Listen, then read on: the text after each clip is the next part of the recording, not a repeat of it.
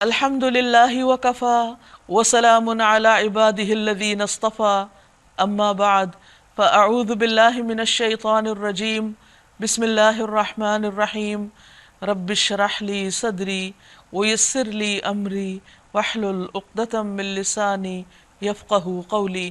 السلام علیکم ورحمۃ اللہ وبرکاتہ۔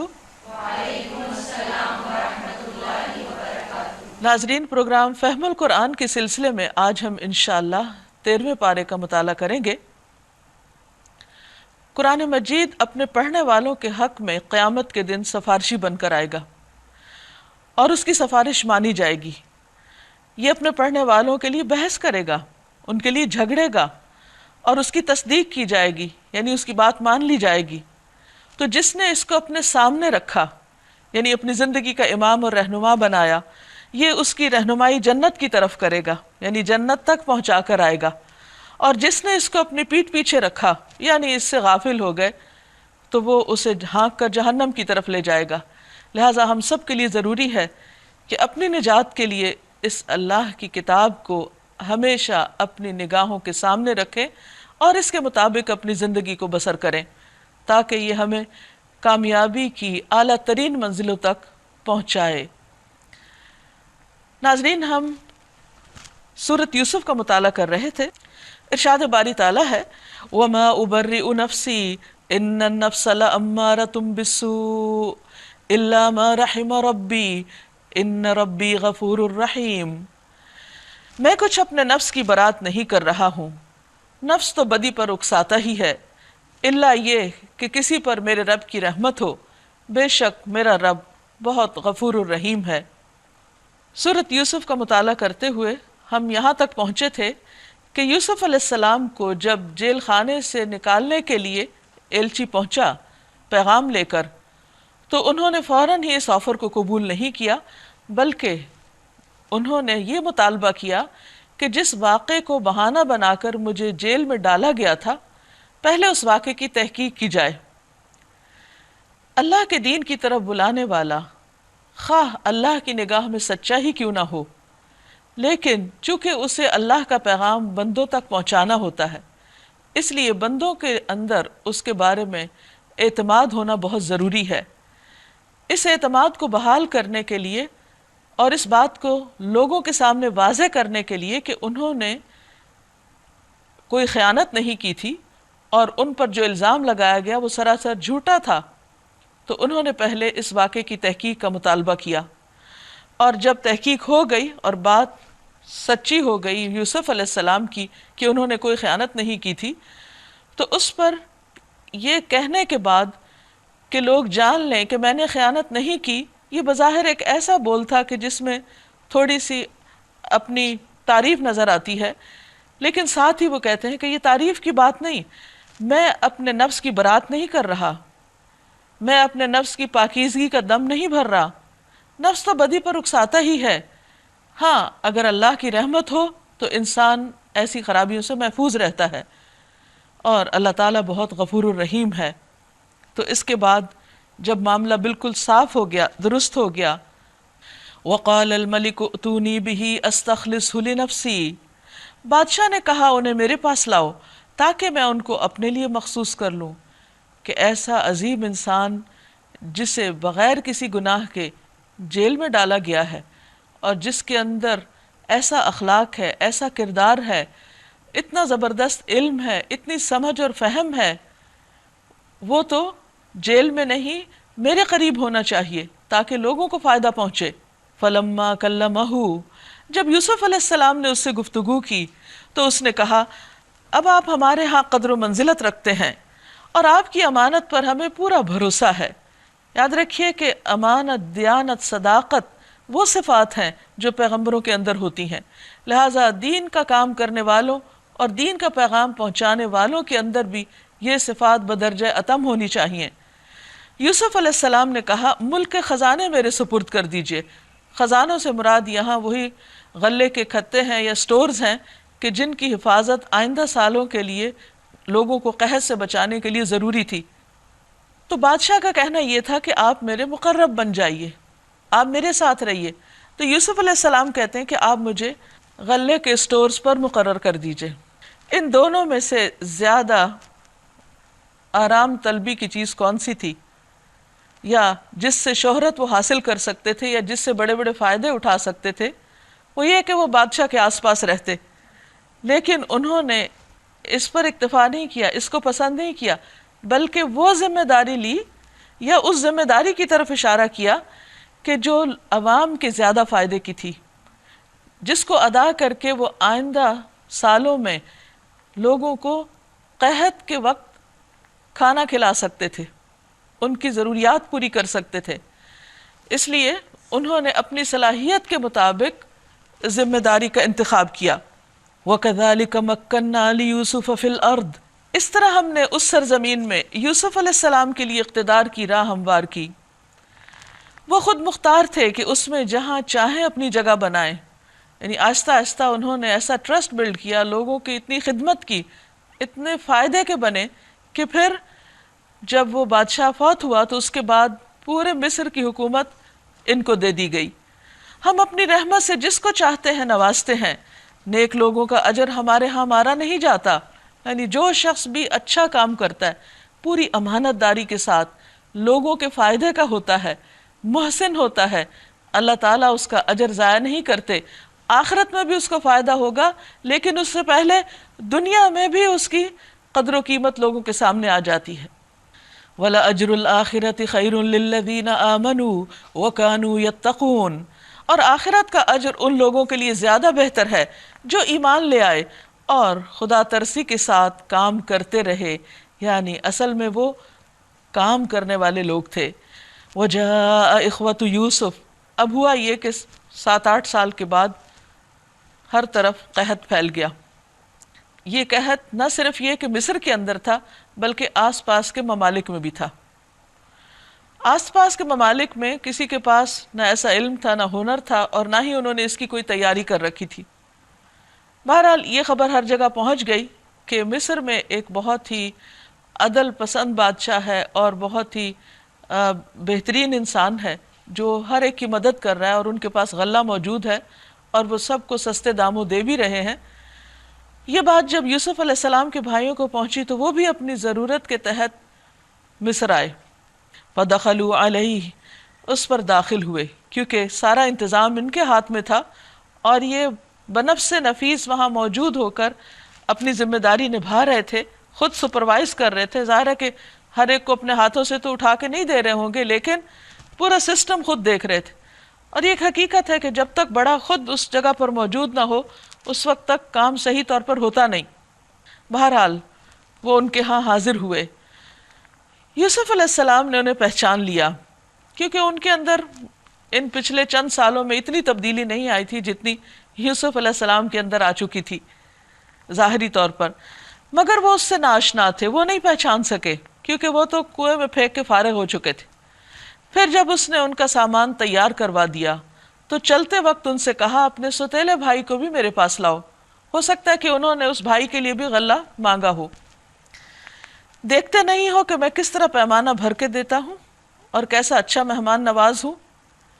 اگر تم اسے نہیں لاؤ گے تو میرے پاس تمہارے لیے کوئی غلہ نہیں، بلکہ تم میرے قریب بھی نہ پھٹکنا، کیونکہ اس کا مطلب یہ ہے کہ تم نے جھوٹ بول کر اور فراڈ سے مجھ سے زیادہ غلہ حاصل کرنے کی کوشش کی ہے، تو اگر تمہارے یہ جھوٹ ثابت ہو گیا تو پھر یہاں مت آنا۔ انہوں نے کہا ہم کوشش کریں گے کہ والد صاحب اسے بھیجنے پر راضی ہو جائیں، اور ہم ایسا ضرور کریں گے۔ یوسف علیہ السلام نے اپنے غلاموں کو اشارہ کیا کہ ان لوگوں کے غلے کے عوض جو مال دیا ہے وہ چپکے سے انہی کے سامان میں رکھ دیں۔ یوسف علیہ السلام نے یہ اس امید پر کیا کہ گھر پہنچ کر وہ اپنا واپس پایا ہوا مال پہچان لیں گے یا احسان مند ہو کر واپس آئیں گے، اور عجب نہیں کہ پھر پلٹیں، لعلہم یرجعون۔ جب وہ اپنے والد کے پاس گئے تو کہا ابا جان، آئندہ ہمیں غلہ دینے سے انکار کر دیا گیا ہے، لہٰذا آپ ہمارے بھائی کو ہمارے ساتھ بھیج دیجئے۔ یہ بنیامین جو یوسف علیہ السلام کے سگے بھائی تھے لیکن ان کے سوتیلے، اور یہ سب سے چھوٹے بھی تھے، تاکہ ہم غلہ لائیں، کیونکہ یوسف علیہ السلام نے انکار کر دیا تھا کہ اگر آئندہ بھائی نہیں آئے گا تو غلہ نہیں ملے گا، اور اس کی حفاظت کے ہم ذمہ دار ہیں۔ باپ نے جواب دیا کیا میں اس کے معاملے میں تم پر ویسا ہی بھروسہ کروں جیسے اسے پہلے اس کے بھائی کے معاملے میں بھروسہ کر چکا ہوں؟ اللہ ہی بہتر محافظ ہے اور وہ سب سے بڑھ کر رحم فرمانے والا ہے۔ پھر جب انہوں نے اپنا سامان کھولا تو دیکھا کہ ان کا مال بھی انہیں واپس کر دیا گیا ہے، تو بہت حیران ہوئے۔ یہ دیکھ کر وہ پکار اٹھے، ابا جان اور ہمیں کیا چاہیے؟ دیکھیے یہ ہمارا مال بھی ہمیں واپس دے دیا گیا ہے، بس اب ہم جائیں گے اور اپنے اہل و عیال کے لیے رسد لے کر آئیں گے، اپنے بھائی کی حفاظت بھی کریں گے، اور ایک بار شتر اور زیادہ لے آئیں گے، یعنی ایک اونٹ جتنا سامان اٹھا سکتا ہے وہ لاد کر لائیں گے، اور اپنے بھائی کی حفاظت بھی کریں گے۔ اتنے غلے کا اضافہ آسانی کے ساتھ ہو جائے گا۔ اور آپ دیکھیے کہ قحط کے زمانے میں تو تھوڑی سی چیز بھی بہت زیادہ قدر و قیمت رکھتی ہے۔ ان کے والد نے کہا کہ میں اس کو ہرگز تمہارے ساتھ نہیں بھیجوں گا جب تک کہ تم اللہ کے نام پر مجھ کو پیمان نہ دو، یعنی جب تک تم یہ وعدہ نہ کرو کہ واقعی تم اس کو واپس لاؤ گے، قسم کھا کے کہو تو پھر دیکھا جا سکتا ہے، الا یہ کہ تم کہیں گھیر لیے جاؤ۔ جب انہوں نے اس کو اپنے اپنے پیمان دیے، یعنی ہر بھائی نے اپنا اپنا وعدہ کیا، تو اس نے کہا دیکھو ہمارے اس قول پر اللہ نگہبان ہے، یعنی اللہ دیکھ رہا ہے جو تم کچھ کہہ رہے ہو۔ وقال یا بنی لا تدخلوا من باب واحد وادخلوا من ابواب متفرقہ، پھر اس نے کہا میرے بچوں مصر کے دارالسلطنت میں ایک دروازے سے داخل نہ ہونا بلکہ مختلف دروازوں سے جانا، الگ الگ ہو جانا، کیونکہ 10 بھائی ایک صحرا سے آ رہے ہیں، ان کا لائف سٹائل بھی مختلف ہے، اور وہاں اس نئے ملک میں ہیں بھی اجنبی، تو لوگ یہ نہ سمجھے کہ کوئی گینگ ہے، کوئی حملہ آور ہونا چاہتا ہے یا کوئی چور ڈاکو آ گئے ہیں۔ یعقوب علیہ السلام کے دل میں یہ بھی تھا کہ کہیں ان کو نظر نہ لگ جائے، کیونکہ بہرحال نظر برحق ہے، اور نبی صلی اللہ علیہ وسلم نے ہمیں ایسی دعائیں بھی سکھائی ہیں کہ جن سے بری نظر سے بچا جا سکتا ہے، اس کا ازالہ کیا جا سکتا ہے۔ نبی صلی اللہ علیہ وسلم حسن اور حسین رضی اللہ عنہما کو اللہ کی پناہ میں دیا کرتے تھے اور فرماتے تھے کہ تمہارے دادا ابراہیم علیہ السلام بھی ان کلمات کے ذریعے اسماعیل اور اسحاق علیہم السلام کو اللہ کی پناہ میں دیا کرتے تھے، اور وہ کلمات کیا تھے؟ اعیذکما بکلمات اللہ التامۃ من کل شیطان وہامۃ ومن کل عین لامۃ، میں پناہ مانگتا ہوں اللہ کے پورے پورے کلمات کے ذریعے ہر ایک شیطان سے اور ہر زہریلے جانور سے اور ہر نقصان پہنچانے والی نظر بد سے، مگر میں اللہ کی مشیت سے تم کو نہیں بچا سکتا، یعنی پھر بھی تدبیر تو ہم کر سکتے ہیں مگر جو نقصان ہونا ہے وہ تو میرے بس میں نہیں کہ میں اسے روک سکوں۔ اس سے آپ دیکھیے کہ کسی بھی انسان، حتیٰ کہ پیغمبر علیہ السلام کی بھی اختیار کی لمٹس پتہ چلتی ہیں کہ ان کے ہاتھ میں کتنا کنٹرول ہے کسی بھی چیز کا۔ وہ بھی اللہ سبحانہ وتعالیٰ سے دعا مانگتے ہیں، اس کی عبادت کرتے ہیں، اس سے آہوزاریاں کرتے ہیں، لیکن اختیار سراسر اللہ ہی کے پاس ہوتا ہے، دعا قبول کرنے کا بھی اور باقی سب نوازنے کا بھی۔ جیسے نبی صلی اللہ علیہ وسلم نے فرمایا تھا کہ سب خزانے اللہ کے پاس ہیں، میں تو بانٹنے والا ہوں، یعنی اللہ کے حکم سے جب اللہ تعالیٰ حکم دیتا ہے تو میں وہ تقسیم کرتا ہوں، لیکن اصل کنٹرول پیچھے ہے۔ تو یہاں بھی وہ یہ کہتے ہیں کہ ہم ساری تدبیر کریں گے لیکن حفاظت تو اللہ ہی کرتا ہے، مگر میں اللہ کی مشیت سے تم کو نہیں بچا سکتا، یعنی اگر اللہ تعالیٰ کچھ اور چاہے ہمارے چاہنے سے ہٹ کر تو پھر اور بات ہے، حکم اس کے سوا کسی کا بھی نہیں چلتا۔ ان الحکم الا للہ علیہ توکلت، اسی پر میں نے بھروسہ کیا، توکل کیا۔ وعلیہ فلیتوکل المتوکلون، اور اسی پر بھروسہ کرنے والوں کو بھروسہ کرنا چاہیے۔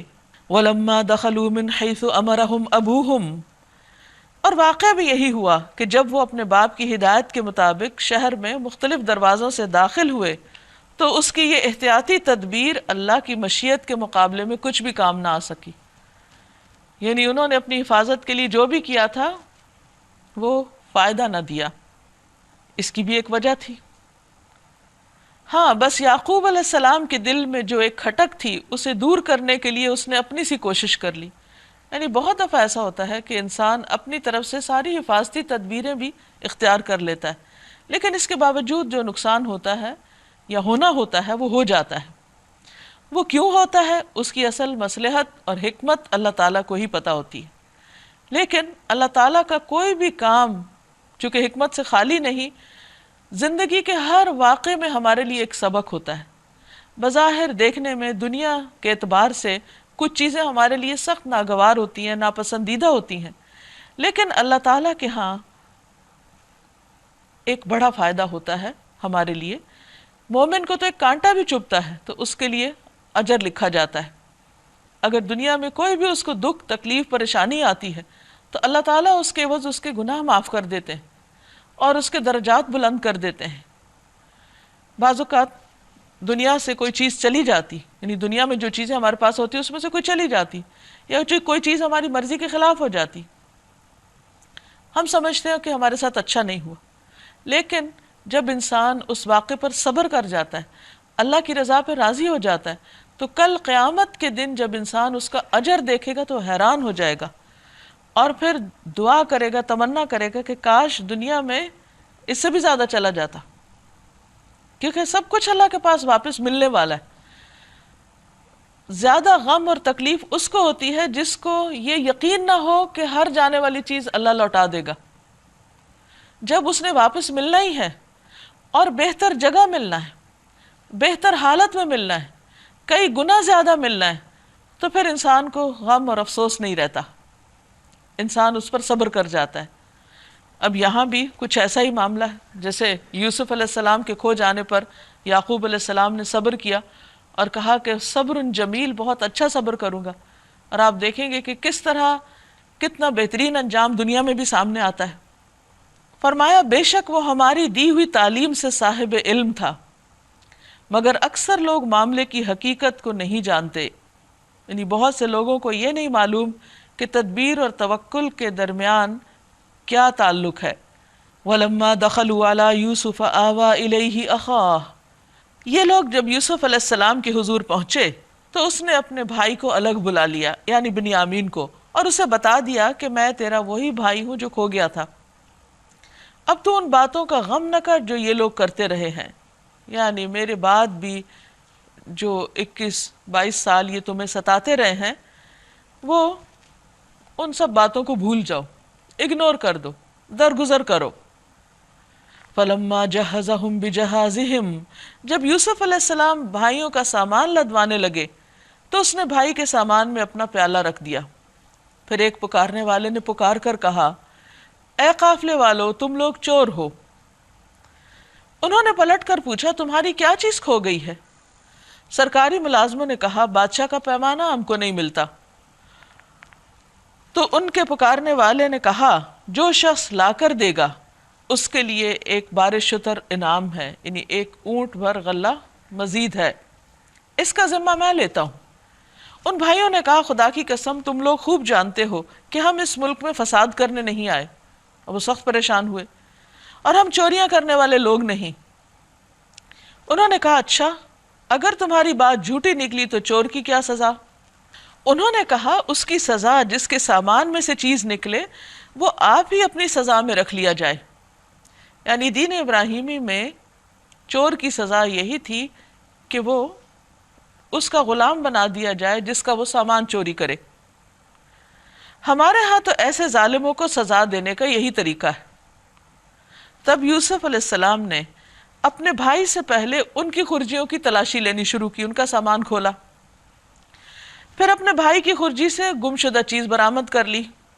اس طرح ہم نے یوسف علیہ السلام کی تائید اپنی تدبیر سے کی، یعنی اللہ سبحانہ وتعالیٰ نے یہ تدبیر ان کے دل میں ڈالی تھی کہ اس طرح بھائی کو روک لو۔ اس کا یہ کام نہ تھا کہ بادشاہ کے دین یعنی مصر کے شاہی قانون کے مطابق اپنے بھائی کو پکڑتا، روک نہیں سکتے تھے، تو اللہ سبحانہ وتعالیٰ نے ان کو ایک ہیلا سکھا دی کہ اس طریقے سے روکو۔ اللہ یہ کہ اللہ ہی ایسا چاہے، ہم جس کے درجے چاہتے ہیں بلند کر دیتے ہیں، اور ایک علم رکھنے والا ایسا ہے جو ہر صاحب علم سے بالاتر ہے۔ یعنی بعض لوگوں کو بعض کے مقابلے میں زیادہ علم، زیادہ حکمت، زیادہ سمجھ نصیب ہوتی، اور یہ اللہ تعالیٰ کی اپنی تقسیم ہے کہ جس کو جو چاہے دے. بعض اوقات کسی کو ایک چیز میں اضافہ کر دیتا ہے، کسی کو دوسری چیز میں، تو یہ اللہ تعالیٰ کی تقسیم ہے.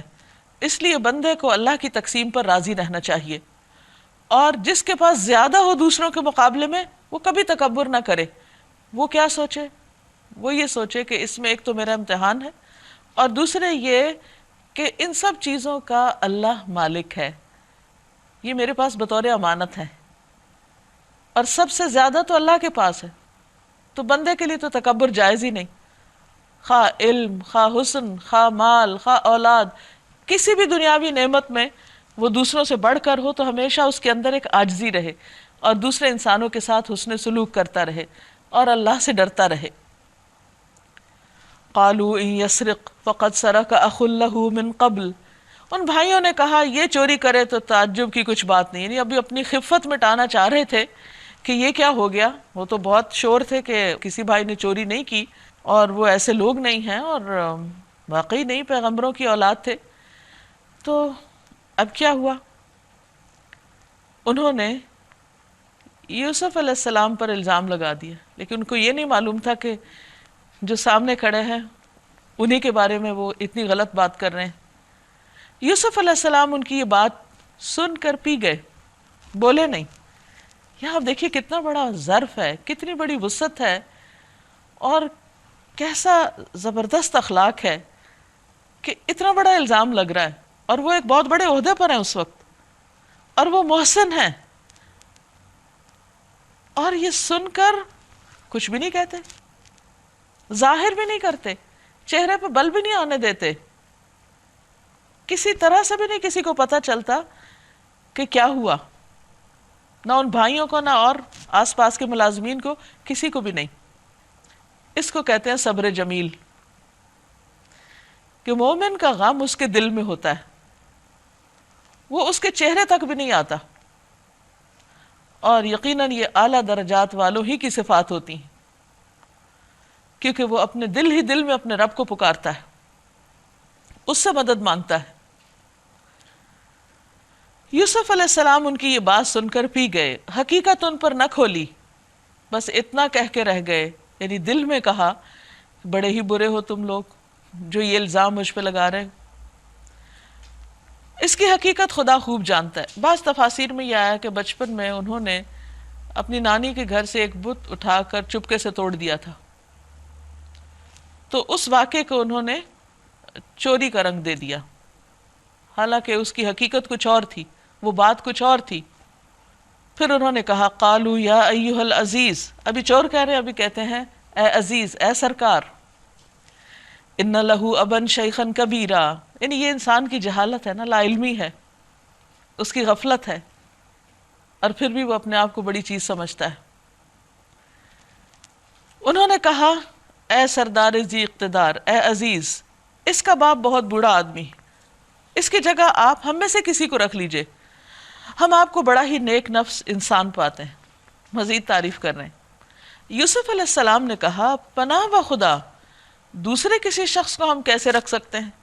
جس کے پاس ہم نے اپنا مال پایا ہے اس کو چھوڑ کر دوسرے کو رکھیں گے تو ہم ظالم ہوں گے، یعنی ایسا ممکن نہیں. فَلَمَّا اسْتَيْأَسُوا مِنْهُ خَلَصُوا نَجِيًّا، جب وہ یوسف سے مایوس ہو گئے علیہ السلام تو ایک گوشے میں جا کر آپس میں مشورے کرنے لگے. ان میں جو سب سے بڑا تھا وہ بولا تم جانتے نہیں ہو کہ تمہارے والد تم سے خدا کے نام پر کیا عہد و پیمان لے چکے ہیں، اور اس سے پہلے یوسف کے معاملے میں جو تم نے زیادتی کی ہے وہ بھی تم سب کو پتہ ہے. یعنی آپ دیکھیے کہ انسان جب کوئی غلطی کر بیٹھتا ہے تو اس کی ریگریٹس، اس کی ندامت، دل پر وہ بوجھ سال ہا سال تک چلتا ہے. یعنی اب کئی سال گزر چکے اس واقعے کو، اب اس موقع پر انہوں نے پھر ایک دوسرے کو یاد کرایا کہ دیکھو ہم نے وہ کیا کیا تھا، کیسی بڑی غلطی کی تھی، اور اب تم باپ سے کتنا بڑا وعدہ کر کے اللہ کے نام پر عہد کر کے آئے ہو. تو وہی بڑا جس نے کہا تھا کہ یوسف کو قتل نہ کرو، کنویں میں پھینک دو، وہ پھر بولا میں تو یہاں سے ہرگز نہ جاؤں گا جب تک میرے والد مجھے اجازت نہ دے، یا پھر اللہ ہی میرے حق میں کوئی فیصلہ فرما دے کہ وہ سب سے بہتر فیصلہ کرنے والا ہے. تم جا کر اپنے والد سے کہو ابا جان آپ کے صاحبزادے نے چوری کی ہے، ہم نے اسے چوری کرتے ہوئے نہیں دیکھا، جو کچھ ہمیں معلوم ہوا ہے بس ہم وہی بیان کر رہے ہیں، اور غیب کی نگہبانی تو ہم کر نہیں سکتے تھے، حقیقت تو اللہ ہی جانتا ہے۔ آپ اس بستی کے لوگوں سے پوچھ لیجئے جہاں ہم تھے، اس قافلے سے پوچھ لیجئے جس کے ساتھ ہم آئے، ہم اپنے بیان میں بالکل سچے۔ چونکہ ان کا اعتبار نہیں تھا نا، تو اب اپنی سچائی ثابت کرنے کے لیے کتنی دلیلیں لا رہے ہیں، تو اس بات سے بھی ثابت ہوتا ہے کہ ہم جو کہہ رہے ہیں بالکل صحیح کہہ رہے ہیں۔ باپ نے یہ داستان سن کر کہا، دراصل تمہارے نفس نے تمہارے لیے ایک اور بڑی بات کو سہل بنا دیا ہے۔ وہی جملہ انہوں نے دہرایا جو یوسف علیہ السلام کے گم ہونے پہ دہرایا تھا کہ تم لوگ کیا کرتے ہو۔ یہاں آپ دیکھیے کہ یعقوب علیہ السلام کا اخلاق بھی کتنا بلند ہے۔ دنیا میں کسی بھی چیز کا کھو جانا اور کسی چیز کا نقصان ایک بہت بڑا صدمہ ہوتا ہے، لیکن اولاد کا گم ہو جانا، اولاد کا کھونا اور وہ صدمہ بہت ہی سخت صدمہ ہوتا ہے۔ لیکن آپ دیکھیے کہ کتنا صبر کرتے ہیں اور اپنے دوسرے بچوں کو بس ان چند جملوں کے سوا کچھ بھی نہیں کہتے، منہ سے کوئی بات نہیں نکالتے، اپنے دل میں اللہ کے بارے میں اچھا گمان رکھے، زبان سے کوئی ایسی بات نہ نکالے جو اللہ تعالیٰ کو ناراض کرنے والی ہو، اور اپنے رویے میں بھی کوئی ایسی چیز نہ لائے۔ تو بہرحال وہ مختصر الفاظ میں کہتے ہیں کہ میں تو صبر کروں گا، تم نے تو یہ جو کیا تمہارے نفسوں نے اس کو بہت آسان کر دیا، اچھا اس پر بھی صبر کروں گا، فصبر جمیل۔ اور پھر کتنے پر امید ہیں، عسى اللہ ان یأتینی بہم جمیعا، کیا بعید اللہ ان سب کو مجھ سے لا ملائے، کیونکہ مومن کبھی بھی اللہ کی رحمت سے مایوس نہیں ہوتا، وہ سب کچھ جانتا ہے، اس کے سب کام حکمت پر مبنی ہے، کوئی فائدہ ہو کوئی نقصان ہو، کوئی چیز آئے کوئی جائے، کوئی انسان کھو جائے، ان سب میں اللہ کی حکمت ہے۔ پھر وہ ان کی طرف سے منہ پھیر کر بیٹھ گئے اور کہنے لگے، ہائے یوسف۔ اب دیکھیے دل غمگین ہے، دل میں غم ہے، لیکن زبان پر اس کا اظہار اس طرح نہیں ہے، اور لوگوں کے سامنے بھی نہیں ہے۔ یعنی بچوں نے جو کیا ان سے تھوڑی سی بات کی اور یہ کہہ کے ہٹ گئے ان سے کہ میں اب صبر کروں گا اور بہت اچھا کروں گا، اور پھر اللہ سبحانہ وتعالیٰ کی طرف متوجہ ہو گئے، یوسف علیہ السلام کو یاد کرنے لگے، اور دل ہی دل میں وہ غم سے گھٹے جا رہے تھے، یعنی دل میں شدید غم تھا، کوئی چھوٹا سا نقصان نہیں تھا، اور اس کی آنکھیں سفید پڑ گئی تھیں۔ بیٹوں نے کہا، خدا را آپ تو یوسف ہی کو یاد کیے جاتے ہیں۔ حالانکہ وہ ان کو نہیں دیکھ کے کہہ رہے تھے، ان کے سامنے نہیں کہہ رہے تھے، لیکن انہوں نے دیکھا کہ باپ کبھی خوش نہیں ہے، اب اس طرح نہیں رہے جیسے وہ پہلے ہوتے تھے، اور وہ مزید اس پر بھی شرمندہ ہوتے ہوں گے کہ ہم نے یوسف کو تو باپ کی نگاہوں سے اس لیے ہٹایا تھا تاکہ ہمارا راستہ کھلے، اور وہ کام بھی نہیں ہوا، باپ کی توجہ ہماری طرف بھی نہیں ہوئی۔ نوبت یہ آ گئی ہے کہ اس کے غم میں آپ اپنے آپ کو گھلا دیں گے یا اپنی جان ہلاک کر ڈالیں گے۔ اس نے کہا، میں اپنی پریشانی اور اپنے غم کی فریاد اللہ کے سوا کسی سے نہیں کرتا۔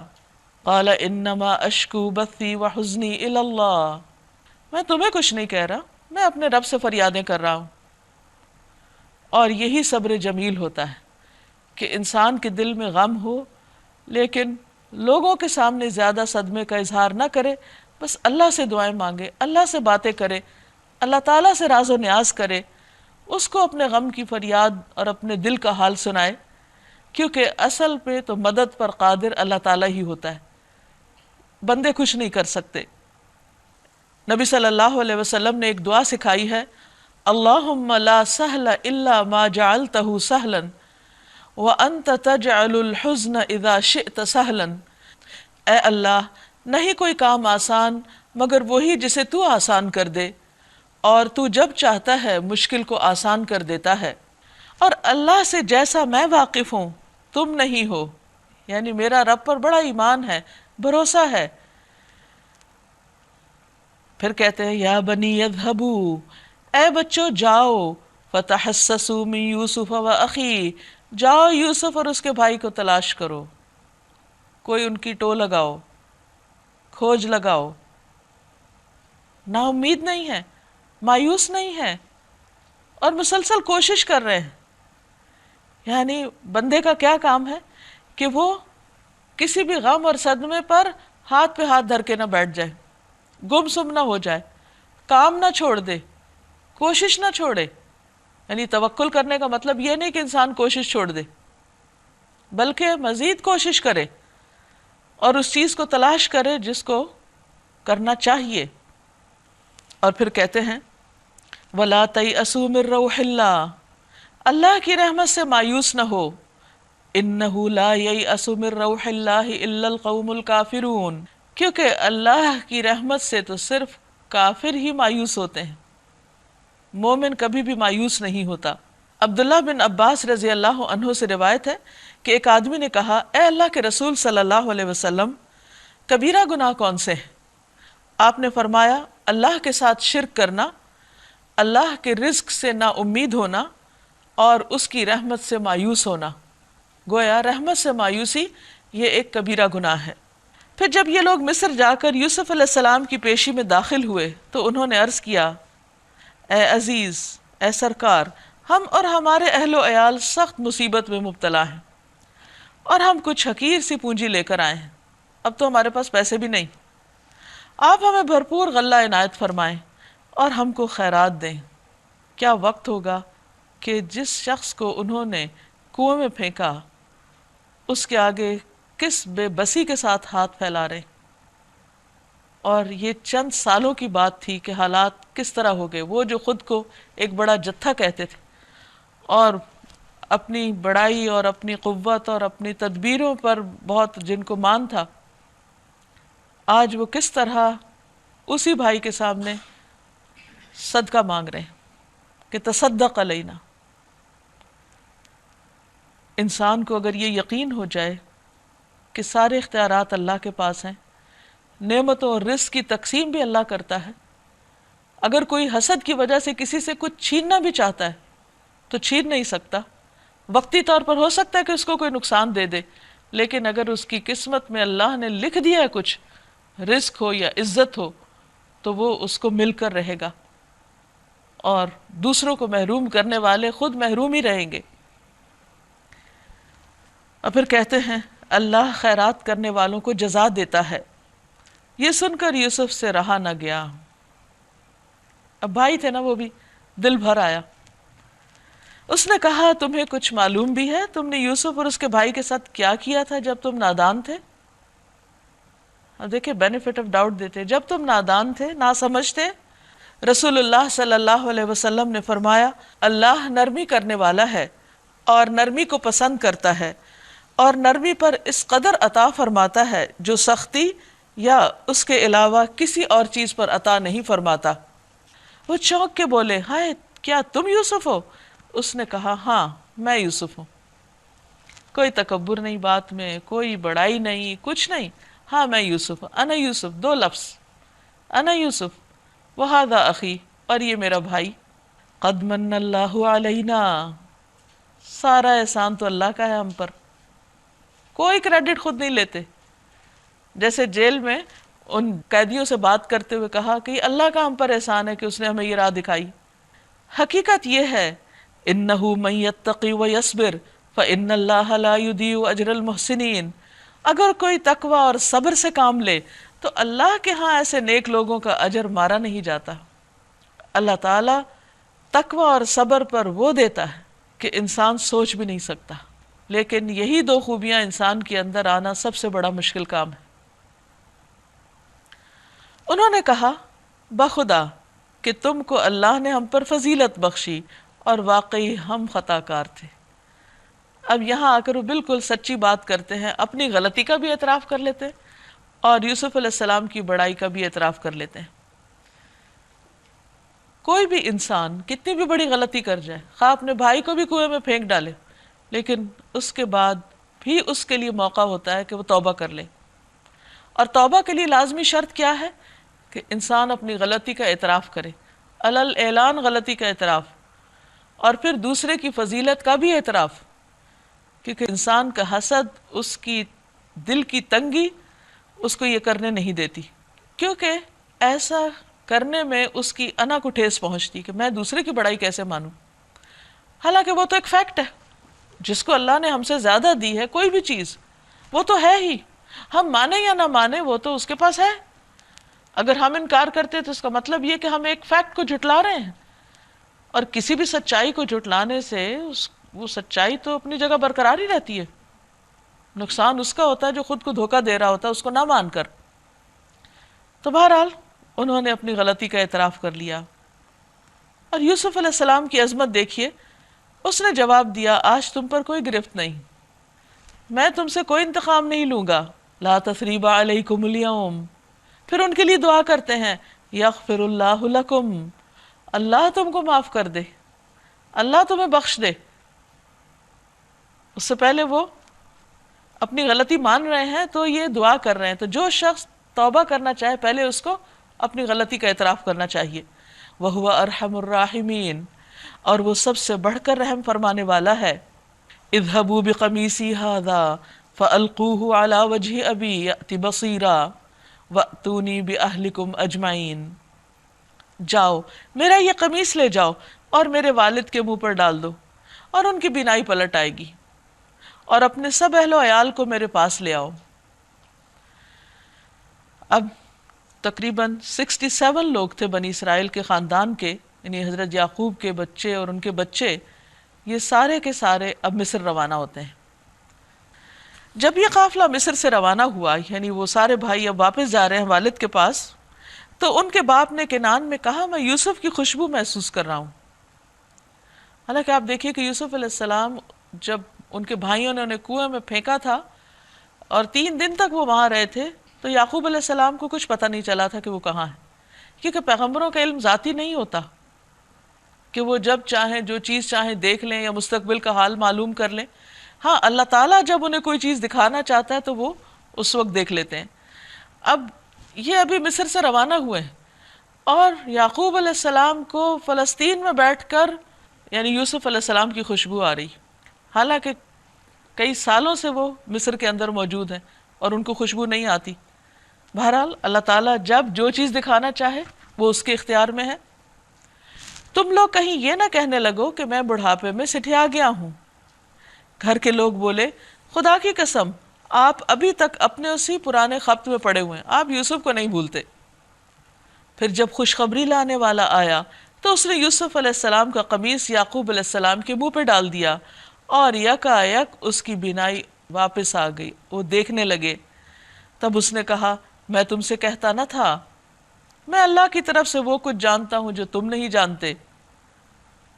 سب بول اٹھے ابا جان آپ ہمارے گناہوں کی بخشش کے لیے دعا کیجئے۔ اب یہ وہی بھائی ہیں جو اعتراف کر رہے ہیں غلطی کا، یوسف علیہ السلام ان کے لیے دعا کر رہے ہیں اور پھر مزید بخشش کی درخواست کرتے ہیں، تو ظاہر ہے وہ خود بھی معافی مانگ رہے ہوں گے اور دوسروں سے بھی دعا کروا رہے ہیں۔ واقعی ہم خطا کار تھے، ہماری غلطی تھی۔ اس نے کہا میں اپنے رب سے تمہارے لیے معافی کی درخواست کروں گا، یعنی تہجد کے وقت یا الگ طور پر خوب گڑ گڑا کر، وہ بڑا معاف کرنے والا اور رحیم ہے۔ پھر جب یہ لوگ یوسف علیہ السلام کے پاس پہنچے، کہتے ہیں کہ اس وقت بنی اسرائیل کے تقریباً 67 افراد تھے، 67 جو فلسطین سے مصر کی طرف روانہ ہو گئے یوسف علیہ السلام کی دعوت پر۔ تو اس نے اپنے والدین کو اپنے ساتھ بٹھا لیا، یعنی تخت پر، خاص مقام پر۔ فلما دخلوا علی یوسف آویٰ الیہ ابویہ، پھر جب یہ لوگ یوسف علیہ السلام کے پاس پہنچے، اور کہا جاتا ہے کہ یوسف علیہ السلام شہر سے باہر ان کے استقبال کے لیے آئے تھے، تو اس نے اپنے والدین کو اپنے ساتھ بٹھا لیا، یعنی اپنی سواری پر، اور اپنے سب کنبے والوں سے کہا چلو اب شہر میں چلو، اللہ نے چاہا تو امن چین سے رہو گے، یعنی اب یہاں پر تمہارے لیے سہولتیں ہیں، آسانیاں ہیں، خوشی سے امن سے رہو۔ ورفع ابویہ علی العرش، شہر میں داخل ہونے کے بعد اس نے اپنے والدین کو اٹھا کر اپنے تخت پر بٹھا دیا، اور سب اس کے آگے بے اختیار سجدے میں جھک گئے۔ یہ سجدہ تعظیمی تھا جو اس وقت کی شریعت میں جائز تھا، اب محمد صلی اللہ علیہ وسلم کی شریعت میں اس کو ختم کر دیا گیا یا منسوخ کر دیا گیا۔ یوسف علیہ السلام نے کہا ابا جان یہ تعبیر ہے میرے اس خواب کی جو میں نے پہلے دیکھا تھا، وہ جہاں سے یہ سب سلسلہ شروع ہوا تھا۔ میرے رب نے اسے حقیقت بنا دیا، اس کا احسان ہے کہ اس نے مجھے قید خانے سے نکالا۔ پھر آپ دیکھیے کہ اللہ تعالیٰ کا احسان یاد کر رہے ہیں، یہ نہیں کہا کہ میں نے اتنا صبر کیا اور میں نے اتنی مشقتیں برداشت کی اور اتنی محنت کی اور پھر اللہ نے مجھے یہ دیا۔ سیلف سینٹرڈ نہیں ہے، ہر خیر اور بھلائی کو اللہ کی طرف سے سمجھتے ہیں، اور یہی مومن کو کرنا چاہیے کہ جب بھی اس کو اللہ تعالیٰ کوئی نعمت دے تو فوراً اللہ سے منسوب کرے، اسے اپنی کوششوں کا نتیجہ نہ بتائے، اپنے علم کا نتیجہ نہ بتائے۔ پھر کہا وَقَدْ أَحْسَنَ بِي إِذْ أَخْرَجَنِي مِنَ السِّجْنِ، اور مختصراً اپنی پچھلی سٹوری بھی سناتے ہیں، اس کا احسان ہے کہ اس نے مجھے قید خانے سے نکالا اور آپ لوگوں کو صحرا سے لا کر مجھ سے ملایا، حالانکہ شیطان میرے اور میرے بھائیوں کے درمیان فساد ڈال چکا تھا۔ کیا اخلاق ہے، کیا عظمت ہے کہ بھائیوں کو محسوس بھی نہیں ہونے دے رہے کہ تم نے میرے ساتھ اتنا بڑا ظلم کیا۔ بعض اوقات ایسا ہوتا ہے کہ ہم کسی کی غلطی معاف بھی کر دیتے ہیں لیکن تانے دینے سے باز نہیں آتے، دوسرے کی زندگی حرام کیے رکھتے ہیں، اور اس کا نتیجہ کیا ہوتا ہے کہ وہ معافی نہ ہونے جیسی ہوتی ہے، وہ تعلقات پہلے سے بھی زیادہ خراب ہو جاتے ہیں۔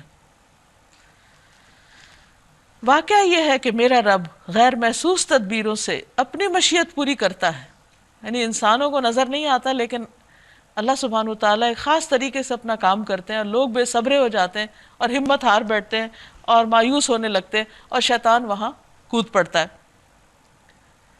بے شک وہ علیم اور حکیم ہے۔ اس وقت وہ دعا کیا کرتے ہیں پھر؟ اب ان کے پاس سب کچھ، مصر کی حکومت ہے، والدین اور بھائی اور ان کی اولادیں اور پورا خاندان ان کے ساتھ ہے، ہر طرف ان کا اقتدار ہے کہ جہاں جو جی چاہیں کرے، لیکن ان کی طلب کیا ہے، ان کی چاہت کیا ہے؟ وہ اس دنیا میں نہیں کھو جاتے اور اس سے محبت نہیں کرنے لگتے، اس کو اپنا سہارا نہیں سمجھتے، کہتے ہیں ربی قد آتیتنی من الملک وعلمتنی من تأویل الاحادیث، یا رب تو نے مجھے حکومت عطا کی، یہ سب کچھ تو نے بخشا، اور تو نے ہی مجھے باتوں کی تہہ تک پہنچنا سکھایا، خوابوں کی تعبیر سکھائی۔ یعنی پہلے نعمتوں کا اظہار کرتے ہیں، ذکر کرتے ہیں، اعتراف کرتے ہیں کہ تو نے مجھے مادی نعمتیں بھی دی، روحانی بھی دی، علمی نوعیت کی بھی دی۔ فاطر السماوات والارض، آسمان و زمین کے پیدا کرنے والے، انت ولی فی الدنیا والآخرہ، تو ہی میرا دوست ہے، تو ہی میرا مددگار ہے، تو ہی میرا مولا ہے، دنیا میں بھی اور آخرت میں بھی۔ توفنی مسلما والحقنی بالصالحین، تو مجھے اس حال میں فوت کرنا کہ میں مسلمان ہوں، کیونکہ اللہ کا حکم ہے نا کہ تمہیں موت نہ آئے مگر یہ کہ تم مسلم ہو۔ نبی صلی اللہ علیہ وسلم نے فرمایا اللہ تعالیٰ دنیا میں جس بندے کا سرپرست بن جائے قیامت کے دن اسے کسی اور کے حوالے نہیں کرے گا، یعنی قیامت کے دن بھی اللہ تعالیٰ اس کو اپنی رحمت میں لے لے گا۔ وَأَلْحِقْنِي بِالصَّالِحِينَ، اور مجھے صالحین کے ساتھ ملا دینا، نیک لوگوں کا ساتھ ہو، کیونکہ انسان صالحین کی کمپنی میں دنیا میں اگر ہو تو دنیا کی محبت اور دنیا کے غموں سے نجات پاتا ہے، اور آخرت میں اگر ان کے ساتھ ہے تو کامیابی کی طرف بڑھتا ہے۔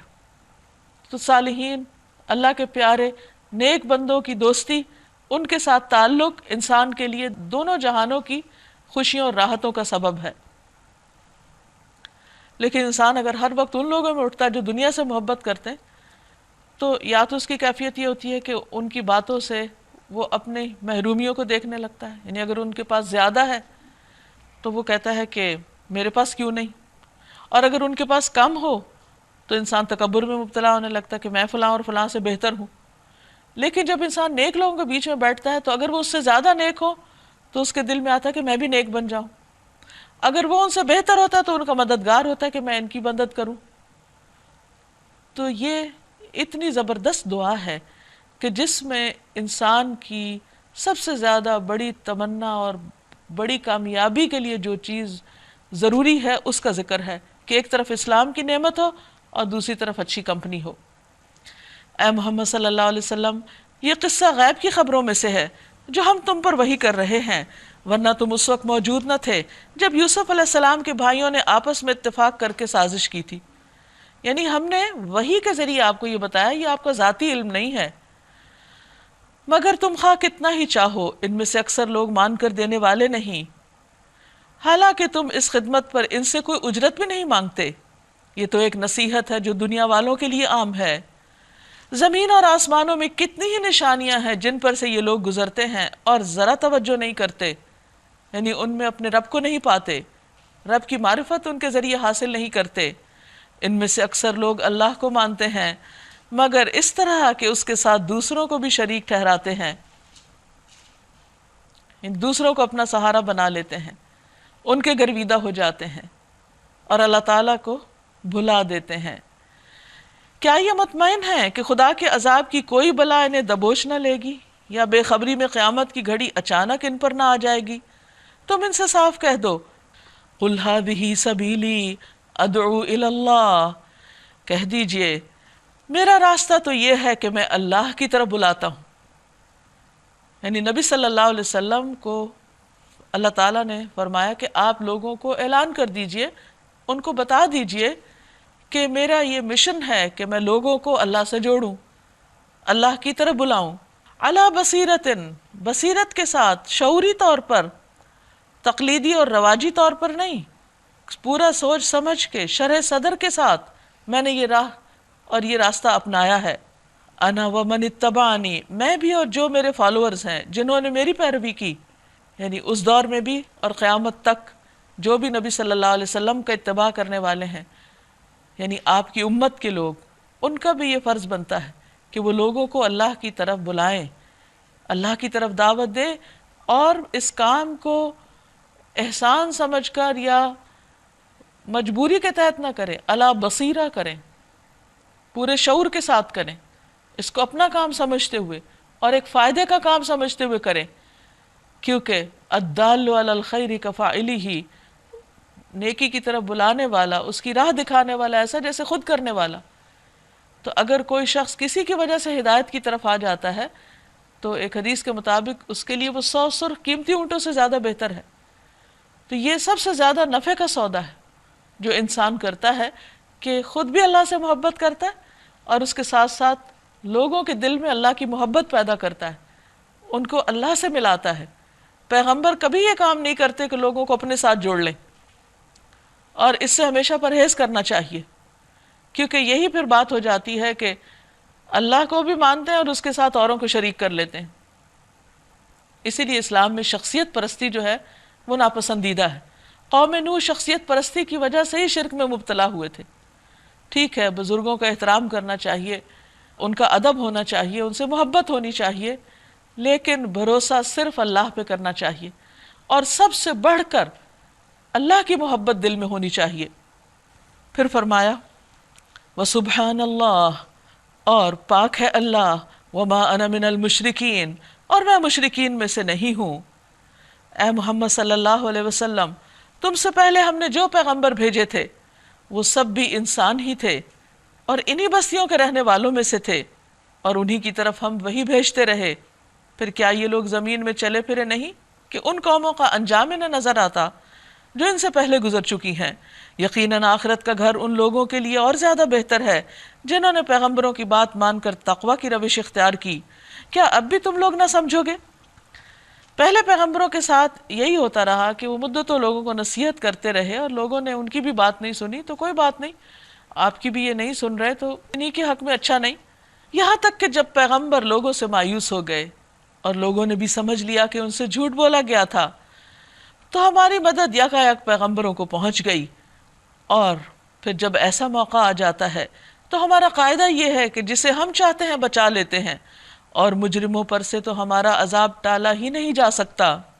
لَقَدْ قَانَ فِي قَصَصِهِمْ عِبْرَةٌ لِأُولِي الْأَلْبَابِ، اگلے لوگوں کے ان قصوں میں عقل اور ہوش رکھنے والوں کے لیے عبرت ہے۔ جو کچھ قرآن میں بیان کیا جا رہا ہے یہ بناوٹی باتیں نہیں، من گھڑت باتیں نہیں، جھوٹی باتیں نہیں، بلکہ جو کتابیں اس سے پہلے آئی ہوئی ہیں ان کی تصدیق ہے، اور ہر چیز کی تفصیل، یعنی جو انسانی ہدایت اور رہنمائی کے لیے ضروری تھی، اور ایمان لانے والوں کے لیے ہدایت اور رحمت، ہدایت ابتدا میں اور رحمت انتہا میں۔ دنیا میں انسان اس کتاب سے ہدایت لیتا ہے، اور پھر جب ہدایت اختیار کر لیتا ہے تو اللہ تعالیٰ کی رحمت آنے لگتی ہے نتیجے کے طور پر، اور یہ کتاب سبب ہے، ذریعہ ہے اللہ کی رحمت پانے کا۔ لیکن کس کے لیے ہے یہ سب کچھ؟ لقوم یؤمنون، اس قوم کے لیے جو ایمان رکھتی ہو۔ سورۃ الرعد، بسم اللہ الرحمن الرحیم، شروع اللہ کے نام سے جو بے انتہا مہربان نہایت رحم فرمانے والا ہے۔ الف لام میم را، الف لام میم را، تلک آیات الکتاب، یہ کتاب الہی کی آیات ہیں۔ والذی انزل الیک من ربک الحق، اور جو کچھ تمہارے رب کی طرف سے تم پر نازل کیا گیا ہے وہ عین حق ہے، بالکل سچ ہے۔ ولکن اکثر الناس لا یؤمنون، مگر اکثر لوگ ایمان نہیں لاتے، وہ اس حق کو تسلیم نہیں کرتے، اس کو سچ نہیں سمجھتے۔ لیکن ایسا کرنے میں نقصان کس کا ہے؟ بتانے والے کا نہیں، انکار کرنے والوں کا۔ اللہ الذی رفع السماوات بغیر عمد ترونہا، وہ اللہ ہی ہے جس نے آسمانوں کو ایسے سہاروں کے بغیر قائم کیا جو تم کو نظر آتے ہوں۔ اور یہ بات اب تحقیقات سے بھی سامنے آئی ہے کہ جتنے بھی ستارے سیارے ہیں وہ باہم ایک غیر مرئی نظر نہ آنے والی قوت کے ذریعے تھامے ہوئے ہیں یا روک میں ہیں۔ اگر وہ ان سین پاور اس کو ہم مانتے ہیں تو جس نے یہ سب کچھ بنایا ہے اگر وہ ان سین ہے تو اس کو کیوں نہیں مانتے؟ ثم استوى على العرش وسخر الشمس والقمر، پھر وہ عرش پر مستوی ہوا، عرش پر استوا فرمایا، اور اس نے سورج اور چاند کو مسخر کیا، قانون اور ضابطے کا پابند کیا۔ کل یجری لاجل مسمی، سارے کے سارے ایک وقت مقرر تک کے لیے چل رہے ہیں، ایک وقت آئے گا کہ ان کی یہ رفتار اور ان کی یہ چال ٹھہر جائے گی، ختم ہو جائے گی۔ یدبر الامر یفصل الآیات، وہ معاملات کی تدبیر کرتا ہے، آیات کو کھول کھول کے بیان کرتا ہے۔ لعلکم بلقاء ربکم توقنون، تاکہ تم اپنے رب کی ملاقات پر یقین کرو کہ ایک دن اس کے سامنے اسی طرح تمہیں بھی جا ٹھہرنا ہے۔ یعنی ان ساری نشانیوں سے انسان کو جو سبق سیکھنا ہے وہ کیا؟ کہ ایک دن اپنے رب سے ملاقات کرنا ہوگی۔ وَهُوَ الَّذِي مَدَّ الْأَرْضَ وَجَعَلَ فِيهَا رَوَاسِيَ وَأَنْهَارًا، وہی ہے جس نے یہ زمین پھیلا رکھی ہے، اس میں پہاڑوں کے کھونٹے گاڑ دیے اور دریا بہا دیے، اسی نے ہر طرح کے پھلوں کے جوڑے پیدا کیے۔ وہی دن پر رات طاری کرتا ہے۔ ان ساری چیزوں میں بڑی نشانیاں ہیں ان لوگوں کے لیے جو غور و فکر سے کام لیتے ہیں۔ اور دیکھو زمین میں الگ الگ خطے پائے جاتے ہیں جو ایک دوسرے سے متصل واقع ہیں، یعنی ساتھ ساتھ ہیں، اور وہ سارے خطے الگ مزاج کے مالک ہیں۔ کہیں کچھ اگتا ہے، کہیں اگتا ہی نہیں ہے، کہیں بڑے بڑے درخت اگتے ہیں اور کہیں گھاس اگتی ہے۔ تو حیران کن حد تک زمین کی خاصیتیں ہمارے سامنے نظر آتی ہیں، اور بعض مفسرین نے اس سے معنی یہ لیا ہے کہ اسی طرح انسان ایک جگہ پر رہتے ہیں، ایک ماں باپ کی اولاد ہوتے ہیں، لیکن ان کی خاص خصوصیات اور ان کی عادات اور ان کے مزاج بالکل مختلف ہوتے ہیں۔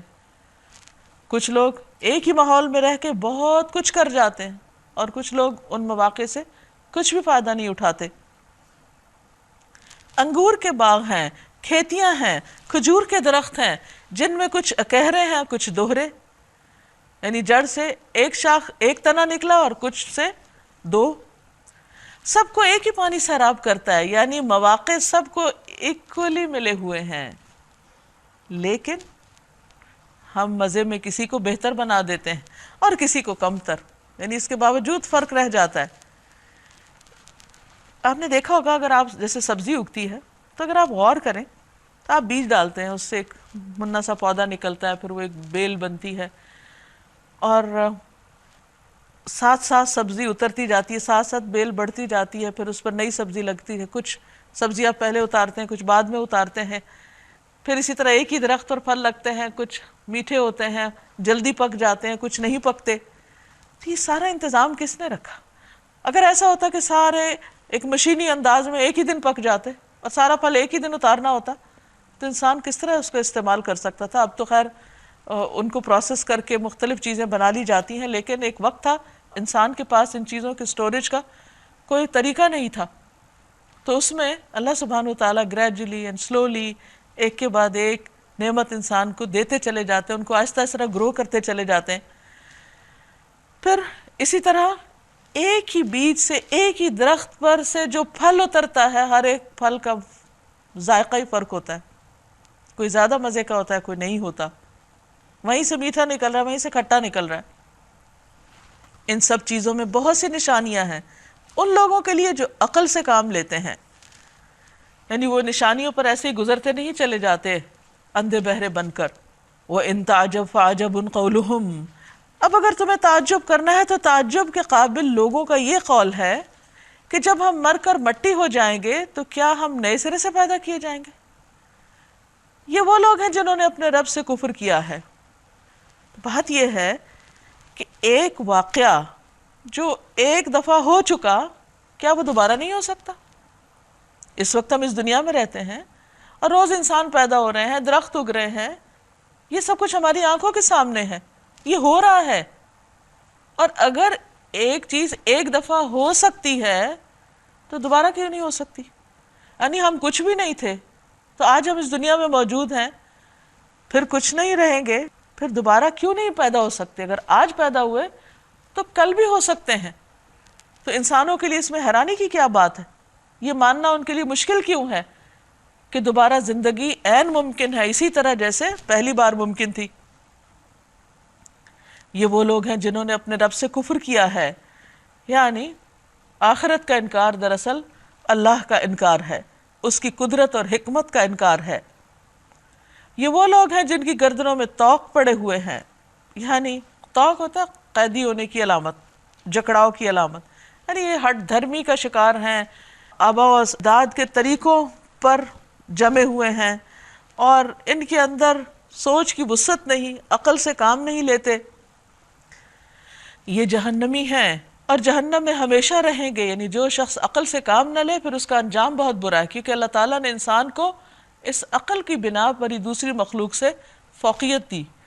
مثلا آپ دیکھیے کہ گائے اور بھینس کو بھی پانی نظر آتا ہے اور وہ پانی دکھتا ہے، ان کو بھی سورج کی روشنی دکھتی ہے، ان کو بھی چارہ دکھتا ہے، لیکن ایک انسان جب دیکھتا ہے تو وہ بھینس کی نظر سے نہیں دیکھتا. اگر وہ بس یہی دیکھتا کہ پانی پینے کی چیز ہے یا چارہ کھانے کی چیز ہے یا یہ روشنی بس انجوائے کرنے کی چیز ہے، یعنی صرف خواہشات کے لیول پر ان چیزوں کو دیکھتا ہے، تو پھر اس میں اور بھینس کی زندگی میں کیا فرق ہوا؟ تو بندہ ان تمام چیزوں کو دیکھ کر غور و فکر کرتا ہے، ان کے فائدے جانتا ہے، اور پھر ان سب چیزوں کا جو الٹیمیٹ فائدہ ہے ان پر غور و فکر کا، اور وہ کیا ہے کہ جس نے پیدا کیا اس کی پہچان. تو اس کے بارے میں یہاں پر سمجھایا جا رہا ہے کہ جو عقل استعمال نہیں کرتے پھر وہ جہنم کا کوڑا کرکٹ ہے. اللہ کو ایسے لوگوں کی کوئی ضرورت نہیں کہ جنہوں نے اللہ کی اس نعمت کو استعمال نہیں کیا. یہ لوگ بھلائی سے پہلے برائی کے لیے جلدی مچا رہے ہیں، حالانکہ ان سے پہلے جو لوگ اس روش پہ چلے ہیں ان کی عبرتناک مثالیں گزر چکی ہیں کہ وہ عذاب مانگتے تھے تو عذاب ان پہ آ گئے، تو ان کو ان کے واقعات سے نصیحت کیوں نہیں ہوتی؟ حقیقت یہ ہے کہ تیرا رب لوگوں کی زیادتیوں کے باوجود ان سے چشم پوشی سے کام لیتا ہے، اور یہ بھی حقیقت ہے کہ تیرا رب سخت سزا دینے والا ہے. یہ لوگ جنہوں نے تمہاری بات ماننے سے انکار کر دیا ہے کہتے ہیں کہ اس شخص پر اس کے رب کی طرف سے کوئی نشانی کیوں نہ اتری. تم تو محض خبردار کر دینے والے ہو اور ہر قوم کے لیے ایک رہنما ہے. رسول اللہ صلی اللہ علیہ وسلم نے فرمایا، بے شک اللہ تعالیٰ ہر 100 سال کے پورے ہونے پر امت کی رہنمائی کے لیے ایک آدمی بھیجتا ہے جو اس امت کے لیے اس کے دین کی تجدید کرتا ہے. اللہ یعلم ما تحمل کل انثی وما تغید الارحام، اللہ ایک ایک حاملہ کے پیٹ سے واقف ہے، جو کچھ اس میں بنتا ہے اسے بھی وہ جانتا ہے، اور جو کچھ اس میں کمی یا بیشی ہوتی ہے اس سے بھی وہ باخبر رہتا ہے. ہر چیز کے لیے اس کے ہاں ایک مقدار مقرر ہے. اور اگر غور کیا جائے تو آپ دیکھیے کہ انسانوں میں مرد اور عورت کا جو تناسب ہے وہ کتنا زبردست ہے. کون رہنمائی کرتا ہے ماں کے پیٹ میں کہ تم لڑکا بنو گے یا لڑکی بنو گے؟ حتیٰ کہ بعض اوقات تاریخ میں یہ بھی دیکھا گیا کہ جن قوموں میں لڑائیوں جنگوں کی وجہ سے ایک بڑی تعداد مردوں کی ختم ہو گئی، تو کچھ ہی عرصے کے بعد ان کا وہ تناسب واپس آ گیا. یہ مقدار اور اس کا تناسب، یہ سب کچھ کون پلان کرتا ہے؟ یہ کیسے ہو جاتا ہے؟ کسی بھی فیکٹری میں سپلائی ڈیمانڈ کے مطابق ہوتی ہے، تو یہ تناسب کون قائم کرتا ہے کہ ماں کے پیٹ میں جو فیکٹری لگی ہوئی ہے انسان بنانے کی، وہ وہی سپلائی کرے جو اس وقت کی ڈیمانڈ ہے؟ یہ سب کچھ اللہ سبحانہ وتعالیٰ کی کیلکولیشن، اس کا اندازہ، اس کی پلاننگ، اس کی تدبیر ہے. یہ اس کا قائم کردہ نظام ہے. لہٰذا تم اس کے بغیر کیسے اپنی زندگی کو درست گزار سکتے ہو؟ وہ پوشیدہ اور ظاہر ہر چیز کا عالم ہے، وہ بزرگ ہے اور ہر حال میں بالا تر رہنے والا. تم میں سے کوئی شخص خاص زور سے بات کرے یا آہستہ چپکے سے سرگوشی، کوئی رات کی تاریکی میں چھپا ہو یا دن کی روشنی میں چل رہا ہو، اس کے لیے سب یکساں ہیں. ہر شخص کے آگے اور پیچھے اس کے مقرر کیے ہوئے نگران لگے ہوئے ہیں، فرشتے جو اللہ کے حکم سے اس کی دیکھ بھال کر رہے ہیں، یعنی اس کی حفاظت کرتے ہیں. کہتے ہیں آگ کی حفاظت کے لیے الگ فرشتے ہیں، اور ویسے بھی مومن کے ساتھ فرشتے ہوتے ہیں جو الگ اس وقت ہوتے ہیں جب وہ بے لباس ہو جاتا ہے. حقیقت یہ ہے کہ اللہ کسی قوم کے حال کو نہیں بدلتا جب تک وہ خود اپنے اوصاف کو نہیں بدل دیتی.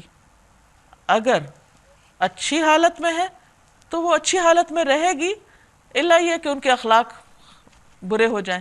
جب ان کے اخلاق برے ہوتے ہیں تو پھر ان کا حال بدل جاتا ہے. اسی طرح جو قوم بری حالت میں ہے، مصیبت میں ہے، اس میں بھی تبدیلی نہیں ہو سکتی جب تک ان کے اخلاق اچھے نہ ہوں. جب ان کی اپنی عادات اچھی ہوں گی تو اوورآل حالات خود بخود اچھے ہو جائیں گے. یہ اللہ کا ایک قانون ہے، اور یہ قانون بدلتا نہیں، انسانوں کو ہی بدلنا ہوگا. اور جب اللہ کسی قوم کی شامت لانے کا فیصلہ کر لے تو پھر وہ کسی کے ٹالے نہیں ٹل سکتی. نہ اللہ کے مقابلے میں ایسی قوم کا کوئی حامی و مددگار ہو سکتا ہے. هو الذی یریکم البرق خوفا وطمعا وینشئ السحاب الثقال، وہی ہے جو تمہارے سامنے بجلیاں چمکاتا ہے، جنہیں دیکھ کر تمہیں اندیشے بھی لاحق ہوتے ہیں اور امیدیں بھی بنتی ہیں. وہی ہے جو پانی سے لدے ہوئے بادل اٹھاتا ہے. وَيُسَبِّحُ الرَّعْدُ بِحَمْدِهِ وَالْمَلَائِكَةُ مِنْ خِيفَتِهِ، بادلوں کی گرج اس کی حمد کے ساتھ اس کی پاکی بیان کرتی ہے، اور فرشتے اس کی ہیبت سے لرزتے ہوئے اس کی تسبیح کرتے ہیں. یہ رات کے بارے میں حدیث میں آتا ہے کہ یہ ایک فرشتے کا نام ہے جو بادلوں کو ہانکتا ہے اور انہیں ایک خاص سمت میں لے جانے کے لیے ڈانٹتا ہے. نبی صلی اللہ علیہ وسلم نے اس کی وضاحت میں فرمایا، رعد فرشتوں میں سے ایک فرشتہ ہے جس کے ذمہ بادلوں کے معاملات ہیں.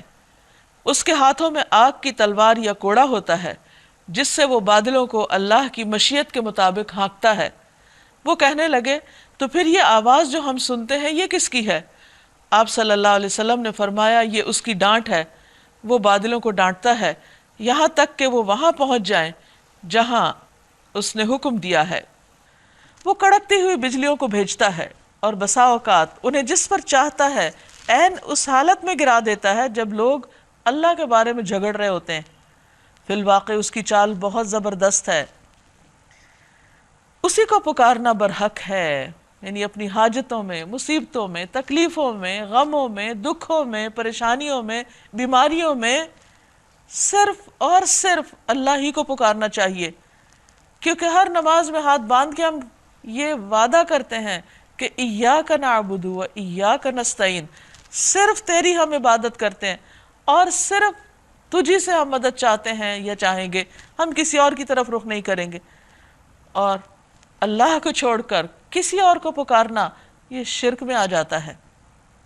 اور اللہ سبحانہ وتعالیٰ کے ہاں ایسے عمل پر ایک تو یہ کہ کوئی فائدہ نہیں، کچھ ملنا نہیں ان کو، اس کے برعکس ایسا کرنے والوں کے لیے سخت عذاب کی بھی وعید ہے. کیونکہ اللہ تعالیٰ سارے گناہ معاف کر دے گا لیکن شرک کا گناہ معاف نہیں کرے گا. اس کی غیرت کو یہ بات گوارا نہیں کہ بنانے والا وہ، دینے والا وہ، اور بندے اس کو چھوڑ کر کسی اور کے در پر جھکے، کسی اور کے آگے ہاتھ پھیلائیں اور کسی اور کے بارے میں یہ سمجھے کہ وہ بھی اللہ کی طرح مدد کر سکتا ہے اور وہ بھی کچھ دے سکتا ہے. ہرگز بھی نہیں. لہو دعوت الحق، اسی کو پکارنا حق ہے. رہی وہ ہستیاں جنہیں اس کو چھوڑ کر یہ لوگ پکارتے ہیں وہ ان کی دعاؤں کا کوئی جواب نہیں دے سکتی۔ انہیں پکارنا تو ایسا ہے جیسے کوئی شخص پانی کی طرف ہاتھ پھیلا کر اس سے درخواست کرے کہ تو میرے منہ تک پہنچ جا۔ مثلا اگر ایک شخص دریا کے کنارے بھی بیٹھا ہو اور اس سے یہ بولے جائے کہ پانی میرے منہ پہ آ جاؤ، میرے منہ میں آ جاؤ، میرے منہ میں آ جاؤ، میرے منہ میں آ جاؤ، پانی نہیں آئے گا۔ یعنی اگر کوئی شخص پانی سے دعا کرتا ہے کہ پانی تم میرے منہ میں آ جاؤ، پانی نے کچھ نہیں کرنا، وہ تو بہتا جائے گا، وہ ایک طرف سے آئے گا دوسری طرف نکلتا جائے گا، کیونکہ وہ نہ سنتا ہے اور نہ ہی وہ اپنی مرضی سے کچھ کرتا ہے۔ اسی طرح اگر انسان اس کی طرف بھی ہاتھ پھیلائے اور کہے کہ آ جاؤ آ جاؤ آ جاؤ، وہ نہیں آئے گا، کیونکہ وہ اس کام کے لیے نہیں ہے کہ وہ بندوں کی مرضی کے تابع ہو یا بندوں کی پکار سنے۔ اسی طرح کافروں کی دعائیں بھی کچھ نہیں، یعنی اللہ کو چھوڑ کر کسی بت کے سامنے، کسی انسان کے سامنے، کسی کے آگے بھی جب وہ جھکتے ہیں یا اس کے آگے ہاتھ پھیلاتے ہیں یا اس سے مراد مانتے ہیں، فرمایا وہاں ان کے پاس کچھ اختیار ہی نہیں، انہوں نے نہ کچھ بنایا نہ وہ کسی چیز کے مالک، وہ کیا کر سکتے ہیں؟ تو یہ سب کچھ کیا ہے؟ وَمَا دُعَاءُ الْكَافِرِينَ إِلَّا فِي ضَلَالٍ۔ اسی طرح کافروں کی دعائیں بھی کچھ نہیں مگر ایک تیر بے ہدف، ایسی جگہ تیر پھینک رہے ہیں جہاں آگے کچھ بھی نہیں، یعنی ہوا میں تیر چھوڑ رہے ہیں۔ وہ تو اللہ ہی ہے جس کو زمین و آسمان کی ہر چیز کرہن سجدہ کر رہی ہے۔ وَلِلَّهِ يَسْجُدُ مَن فِي السَّمَاوَاتِ وَالْأَرْضِ طَوْعًا وَكَرْهًا۔ کچھ خوشی سے اللہ کے آگے جھکتے ہیں اور کچھ مجبوراً، جب کوئی مصیبت آتی ہے تب آ کے نماز پڑھ لیتے ہیں یا جھک جاتے ہیں، یہ تھوڑی عاجزی کا اظہار کرتے ہیں، جب مصیبت ٹل جاتی ہے پھر دوبارہ وہی اکڑ شروع ہو جاتی۔ وَظِلَالُهُمْ بِالْغُدُوِّ وَالْآصَالِ۔ اس کے برعکس دوسرے آبجیکٹس کچھ تو لٹرلی اس کے آگے جھکے ہوئے ہیں، جیسے آپ دیکھیے بھیڑ بکریاں جو ہیں وہ ہر وقت رکوع کی حالت میں، کچھ جانور زمین پر رینگ رہے ہیں وہ ایک طرح سے سجدے کی حالت میں، کچھ جانور جو ہیں وہ اللہ سبحانہ و تعالیٰ کے حکم سے تیر رہے ہیں، کچھ ہوا میں اڑ رہے ہیں، اللہ ہی کی بات مان رہے ہیں۔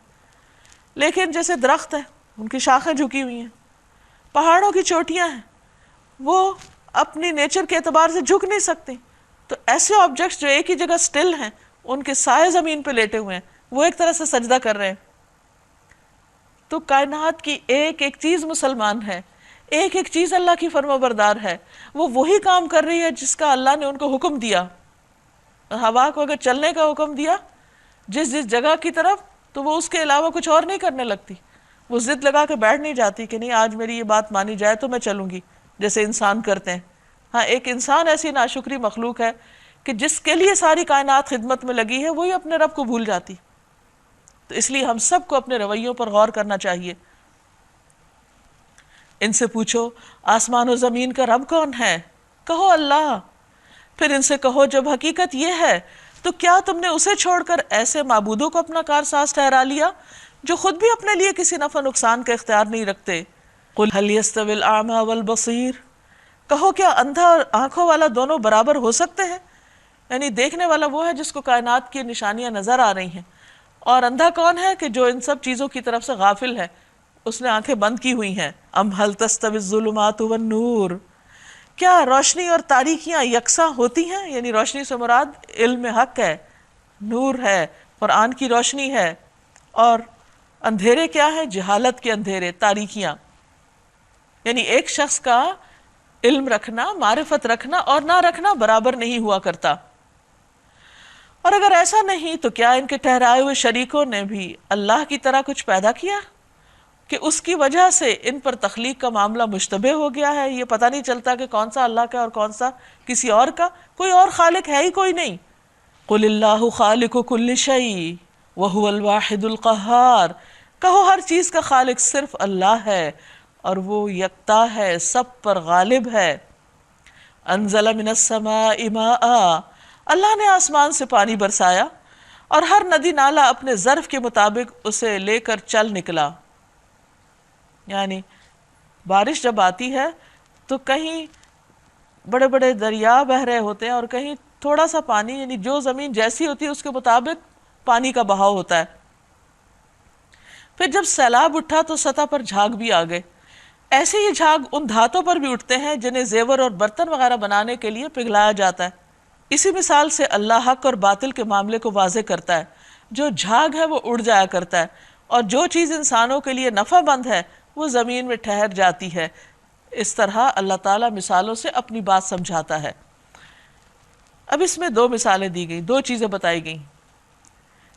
جب بارش برستی ہے تو پانی جہاں اکٹھا ہوتا ہے وہاں زمین کی گھاس پھوس وغیرہ اوپر اٹھ کے آ جاتی ہے، اور جب تیزی سے بہتا ہے تو جھاگ بھی پیدا ہو جاتی۔ اسی طرح برتن بنانے کے لیے جب لوہا پیتل وغیرہ پگھلایا جاتا ہے تو اس میں بھی جو میل کچیل ہوتی ہے وہ اوپر آ جاتی۔ اب ہوتا کیا ہے کہ تھوڑی دیر کے بعد وہ جھاگ اڑ جاتا ہے، ختم ہو جاتا ہے، اور جو پیور خالص چیز ہے وہ باقی رہتی، اور لوگ اس سے فائدہ اٹھاتے ہیں۔ پانی بھی صاف جو ہوتا ہے اس سے فائدہ اٹھایا جاتا ہے، اسی طرح دھاتیں بھی جو صاف ہو جاتی ہیں ان سے برتن وغیرہ بنا لیے جاتے ہیں۔ اس مثال سے کیا بات سمجھ میں آتی ہے کہ اللہ سبحانہ وتعالیٰ مختلف طریقوں سے انسان کا امتحان کرتے رہتے ہیں، آزمائشیں آتی، پھر کیا ہوتا ہے کہ ان آزمائشوں کے بعد انسان کے اندر جو میل کچیل ہوتی ہے وہ نکل جاتی، اور جو اس کے اندر خالص ایمان یا اس کے مضبوط عقائد ہوتے ہیں وہ جمے رہتے ہیں اور فائدہ مند ہوتے ہیں، اس سے آگے مزید فائدہ اس کو پہنچتا ہے کیونکہ اس کی زندگی کا رخ درست ہو جاتا ہے۔ اور پھر یہ قاعدہ سمجھایا گیا کہ جو نفع مند چیز ہوتی ہے وہ زمین پر قرار پاتی ہے، ٹکتی، یعنی جو حق بات ہوتی ہے، جو سچی اور خالص بات ہوتی ہے، جو نیک عمل ہوتا ہے، جو صحیح عقائد ہوتے ہیں، یا جو اچھا انسان ہوتا ہے، جو آزمائشوں کی بھٹی سے گزر گزر کر بالکل خالص نتھر کر صاف ہو چکا ہوتا ہے، پھر وہ زمین میں استقامت اختیار کرتا ہے، جم جاتا ہے، ہدایت پر خود بھی ہوتا ہے اور دوسروں کو بھی فائدہ پہنچاتا ہے۔ لیکن جو بیکار چیزیں ہوتی ہیں وہ بہت جلد اپنا وجود کھو دیتی ہیں۔ تو کسی بھی امتحان یا آزمائش پر ایک تو انسان کو پریشان نہیں ہونا چاہیے کہ وہ انسان کو بہتر انسان بنانے کے لیے آتی، اور دوسری طرف یہ کہ کوئی انسان انڈیویجولی یا کوئی قوم اسی وقت دنیا میں اپنے قدم جما سکتی ہے جب وہ لوگوں کے لیے فائدہ مند ہو، جب وہ دوسروں کو فائدہ پہنچانے والے ہوں۔ جو قومیں صرف ہاتھ پھیلاتی ہیں اور صرف لینے والی ہوتی ہیں اور دوسروں کی محنت سے کھانے والی ہوتی ہیں، وہ دنیا میں نہ عزت پاتی ہیں اور نہ ہی ان کی کوئی قدر و قیمت ہوتی ہے، نہ ان کی کوئی عزت ہوتی ہے، نہ ان کا کوئی مقام ہوتا ہے۔ ایسے لوگوں کے لیے ذلت کے سوا کچھ نہیں۔ تو یہ ہمیں ڈیسائیڈ کرنا ہے کہ ہم اپنے اندر کی گندگیوں کو، جھاگ کو، ہلکے پن کو، شیلونیس کو اپنے سے دور کریں اور لوگوں کے فائدے کے بن جائیں، تاکہ دنیا میں بھی اور آخرت میں بھی اللہ کے ہاں مقام پائیں۔ کذالک یضرب اللہ الامثال، اسی طرح اللہ مثالوں سے اپنی باتیں سمجھاتا ہے۔ للذین استجابوا لربہم الحسنی، جن لوگوں نے اپنے رب کی دعوت قبول کر لی ان کے لیے بھلائی ہے، اور جنہوں نے اسے قبول نہ کیا، اگر زمین کی ساری دولت کے بھی مالک ہوں اور اتنی ہی اور فراہم کر لیں تو وہ خدا کی پکڑ سے بچنے کے لیے اس سب کو فدیے میں دے ڈالنے پر تیار ہو جائیں گے۔ یہ وہ لوگ ہیں جن سے بری طرح حساب لیا جائے گا، اور ان کا ٹھکانہ جہنم ہے جو بہت ہی برا ٹھکانہ ہے۔ یعنی اچھا کرنے والوں کے لیے اچھائی، اور جو اللہ کی بات نہ مانے ان کے لیے سخت قسم کی سزا۔ یہ اب ہم پر ڈیپینڈ کرتا ہے کہ ہم کس چیز کو اختیار کرتے ہیں، ماننے اور نہ ماننے میں بہت بڑا فرق ہے۔ افمن یعلم انما انزل الیک من ربک الحق کمن هو اعمی، بھلا یہ کس طرح ممکن ہے کہ وہ شخص جو تمہارے رب کی اس کتاب کو جو اس نے تم پر نازل کی ہے حق جانتا ہے، یعنی مان لیتا ہے، اور وہ شخص جو اس کی حقیقت کی طرف سے اندھا ہے، اس کو مانتا ہی نہیں، پڑھتا ہی نہیں، سمجھتا ہی نہیں، کیا دونوں یکساں ہو جائیں گے؟ نصیحت تو دانش مند لوگ ہی قبول کرتے ہیں، یعنی بات وہی مانتے ہیں، عمل وہی بدلتے ہیں جو عقل مند ہوتے ہیں، اور ان کا طرز عمل یہ ہوتا ہے کہ اللہ کے ساتھ اپنے عہد کو پورا کرتے ہیں۔ یہ ماننے کی سب سے پہلی علامت ہے۔ اسے مضبوط باندھنے کے بعد اسے توڑ نہیں ڈالتے۔ ان کی روش یہ ہوتی ہے کہ اللہ نے جن جن رشتوں کو برقرار رکھنے کا حکم دیا انہیں برقرار رکھتے ہیں، ان تعلقات کو قائم کرتے ہیں، اپنی مرضی سے اس میں گڑبڑ نہیں کرتے، اپنے رب سے ڈرتے ہیں اور اس بات کا خوف رکھتے ہیں کہ کہیں ان سے بری طرح حساب نہ لیا جائے، کیونکہ صلہ رحمی جو ہے وہ انسان کی زندگی میں بھی اضافہ کرتی ہے، اس کے رزق میں بھی اضافہ کرتی، جیسا کہ ایک حدیث میں آتا ہے۔ ابن عمر سے روایت ہے، جو اپنے رب کا تقوی اختیار کرے اور صلہ رحمی کرے، یعنی رشتوں کو جوڑے، اس کی موت میں تاخیر کر دی جاتی ہے، یعنی عمر میں برکت ہوتی، اور اس کے مال میں اضافہ کر دیا جاتا ہے، اور اس کے گھر والے اس سے محبت کرنے لگتے ہیں۔ ابو ہریرہ رضی اللہ عنہ سے روایت ہے کہ رسول اللہ صلی اللہ علیہ وسلم نے فرمایا، جو شخص صلہ رحمی کے لیے جتنا عطیہ دیتا ہے اللہ اس کے مال میں اتنا ہی اضافہ کرتا ہے، یعنی انسان جب اپنے رشتہ داروں پر خرچ کرتا ہے تو اللہ تعالیٰ اس کے مال میں اور برکت دیتا ہے۔ ان کا حال یہ ہوتا ہے کہ اپنے رب کی رضا کے لیے صبر سے کام لیتے ہیں، یعنی بندوں سے کوئی تکلیف پہنچ جائے، نفس کے کچھ ایسے وسوسے ہوں، مالی نقصان ہو یا کچھ بھی، تو اپنے رب کی خوشی کے لیے، اس کو راضی رکھنے کے لیے صبر کر جاتے، کوئی شکوہ نہیں کرتے، کوئی منفی طریقہ اختیار نہیں کرتے، نماز قائم کرتے ہیں، ہمارے دیے ہوئے رزق میں سے علانیہ اور پوشیدہ خرچ کرتے ہیں، یعنی اللہ سے ناراض ہو کے نہیں بیٹھ جاتے بلکہ آئندہ بھی خیر و بھلائی کے کام کرتے رہتے ہیں، اور برائی کو بھلائی سے دفع کرتے ہیں، یعنی بدی کے مقابلے میں بدی نہیں کرتے بلکہ نیکی کرتے ہیں، شر کا مقابلہ شر سے نہیں خیر سے کرتے ہیں۔ اور نبی صلی اللہ علیہ وسلم نے اس پر تلقین بھی کی ہے کہ لوگوں تم اپنے طرز عمل کو دوسروں کے طرز عمل کا تابع نہ کرو، یعنی اپنا ریموٹ کنٹرول ان کے ہاتھ میں مت دو، اور یہ مت کہو کہ اگر لوگ اچھا کریں گے تو ہم بھی اچھے کریں گے، اور اگر لوگ ظلم کریں گے تو ہم بھی ظلم کریں گے، نہیں، تم اپنے نفس کو ایک قاعدے کا پابند بناؤ، لوگ نیکی کریں تو تم نیکی کرو، اگر لوگ بدسلوکی کریں تو تم ظلم نہ کرو، یعنی تم اچھا کرو۔ رسول اللہ صلی اللہ علیہ وسلم نے فرمایا، جب تم برائی کا ارتکاب کر بیٹھو تو اس کے ساتھ ہی نیکی کر لینا تاکہ برائی کا اثر زائل ہو جائے۔ چھپی ہوئی برائی کے بدلے نیکی بھی چھپی ہوئی کی جائے گی، اور اعلانیہ برائی کے بدلے نیکی بھی اعلانیہ کی جائے گی، یعنی ایک قاعدہ ہے، ایک طریقہ ہے۔ آخرت کا گھر انہی لوگوں کے لیے ہے، یعنی ایسے باغ جو ان کی ابدی قیام گاہ ہوں گے، وہ خود بھی ان میں داخل ہوں گے، ان کے آباء و اجداد اور ان کی بیویوں اور ان کی اولاد میں سے جو جو نیک ہیں وہ بھی ان کے ساتھ وہاں جائیں گے۔ بہترین مقام، ملائکہ ہر طرف سے ان کے استقبال کے لیے آئیں گے۔ آپ دیکھیے جیسے آپ کہیں مہمان جاتے ہیں تو آپ کا جتنا اچھا استقبال کیا جاتا ہے اتنے ہی خوش ہوتے ہیں، تو ایسے لوگ جو رب کے پیارے ہوں گے، جنت میں فرشتے ان کا استقبال کریں گے جب بھی اپنی فیملیز کے ساتھ جا رہے ہوں گے، اور ان سے کہیں گے تم پر سلامتی ہے، تم نے دنیا میں جس طرح صبر سے کام لیا اس کی وجہ سے آج تم اس کے مستحق ہوئے ہو۔ تو جتنی بڑی آزمائش ہوتی ہے اس کے لیے اتنا بڑا صبر چاہیے ہوتا ہے، اور اس کے لیے اتنا ہی بڑا اجر ہوتا ہے کہ اللہ کی ساری مخلوق انسان کے لیے دعائیں کرتی ہے اور انسان کے لیے خوشی کا اظہار کرتی ہے، اس کا استقبال کرتی ہے۔ بس کیا ہی خوب یہ آخرت کا گھر ہے، یعنی آخرت کا گھر ہی دراصل بہترین گھر ہے۔ رہے وہ لوگ، اب اس کے برعکس دوسرا کردار بتایا جا رہا ہے اور ان کا انجام، جو اللہ کے عہد کو مضبوط باندھ لینے کے بعد توڑ ڈالتے ہیں، وعدے پورے نہیں کرتے، جو ان رشتوں کو کاٹتے ہیں جنہیں اللہ نے جوڑنے کا حکم دیا، جیسے خون کے رشتے ہیں، سسرال کے رشتے ہیں، اور جو زمین میں فساد پھیلاتے ہیں، لعنت کے مستحق ہیں وہ، اور ان کے لیے آخرت میں بہت برا ٹھکانہ ہے۔ اللہ جس کو چاہتا ہے رزق کی فراخی بخشتا ہے، جسے چاہتا ہے نپات اللہ رزق دیتا ہے، یعنی اللہ کی تقسیم ہے، اس میں ناراض ہونے کی ضرورت نہیں۔ وَفَرِحُوا بِالْحَيَاةِ الدُّنْيَا، یہ لوگ دنیا کی زندگی میں مگن ہیں، حالانکہ دنیا کی زندگی آخرت کے مقابلے میں ایک متاع قلیل کے سوا کچھ بھی نہیں۔ وہاں جا کے انسان کہے گا ہے یہ تھی وہ دنیا جس کے لیے میں رو رہا تھا، اس کی تو کوئی حقیقت بھی نہیں۔ پوری دنیا بھی اگر سونے سے بھر دی جائے تو قیامت کے دن انسان کو عذاب سے نہیں بچا سکتی، تو کوئی ویلیو ہی نہیں وہاں اس دنیا کی۔ تو انسان اگر اپنی آخرت کے لیے چیزیں جمع کرا دیتا ہے، بھجوا دیتا ہے، یا دنیا میں کوئی نقصان ہو جاتا ہے اور صبر کر کے اس کا اجر وہاں چاہتا ہے، تو یہ ہے نفع کا سودا۔ وَيَقُولُ الَّذِينَ كَفَرُوا، یہ لوگ جنہوں نے انکار کیا کہتے ہیں اس شخص پر اس کے رب کی طرف سے کوئی نشانی کیوں نہیں اتری؟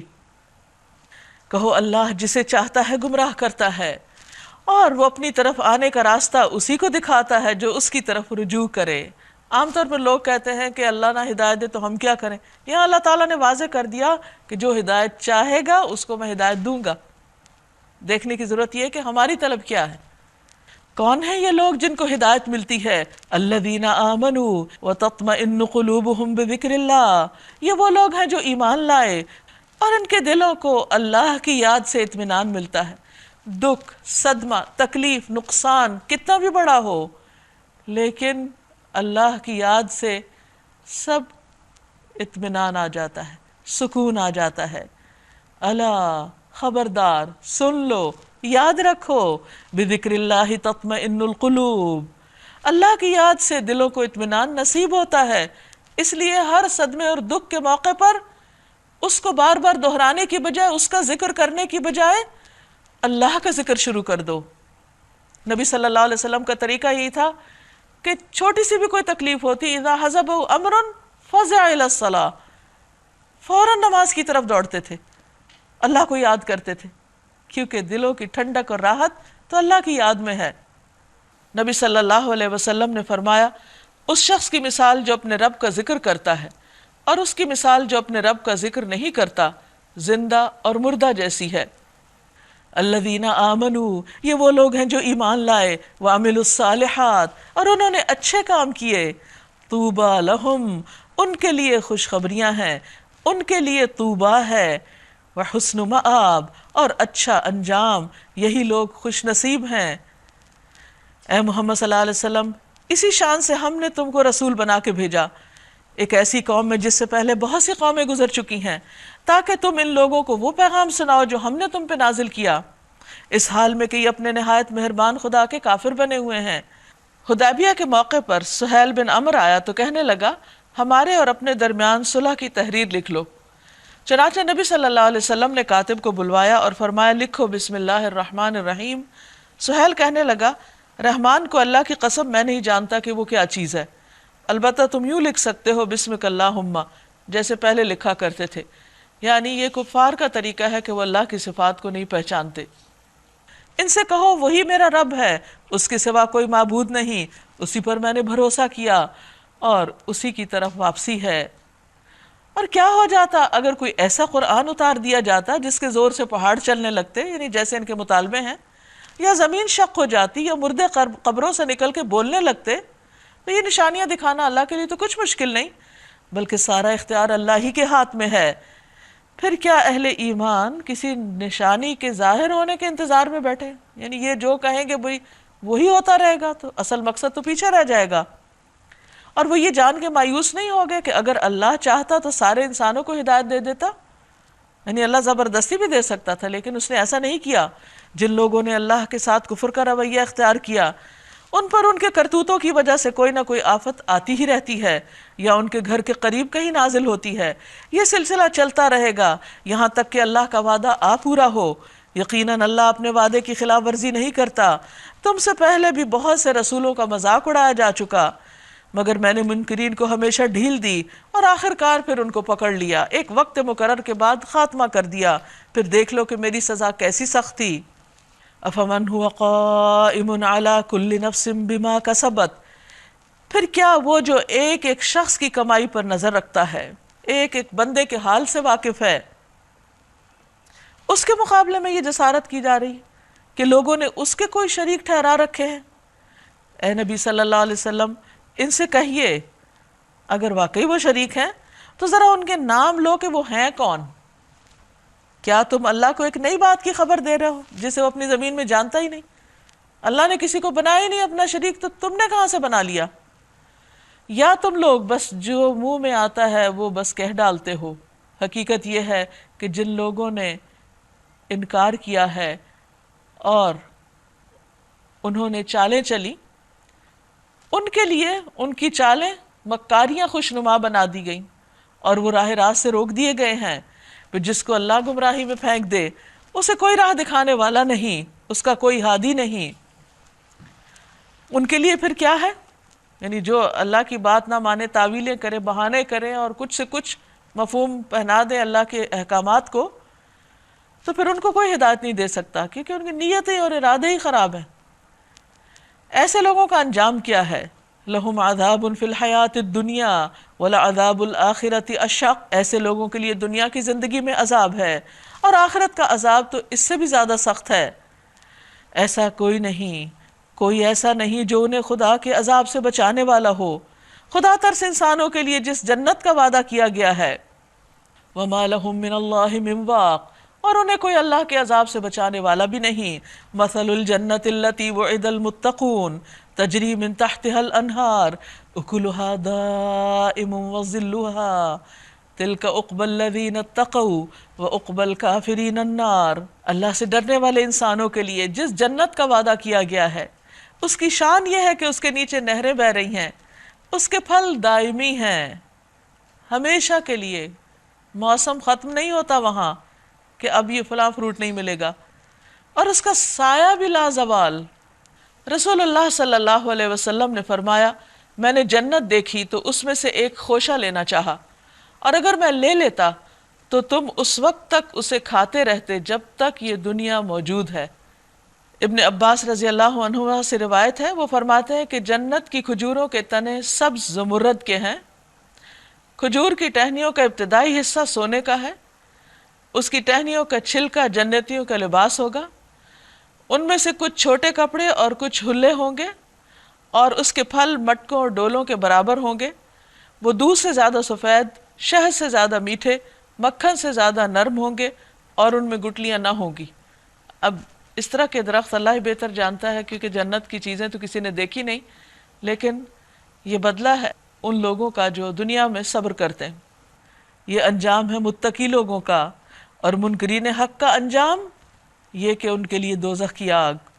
اے نبی صلی اللہ علیہ وسلم، جن لوگوں کو ہم نے پہلے کتاب دی تھی وہ اس کتاب سے جو ہم نے تم پر نازل کی ہے خوش ہیں، اور مختلف گروہوں میں کچھ ایسے لوگ بھی ہیں جو اس کی بعض باتوں کو نہیں مانتے۔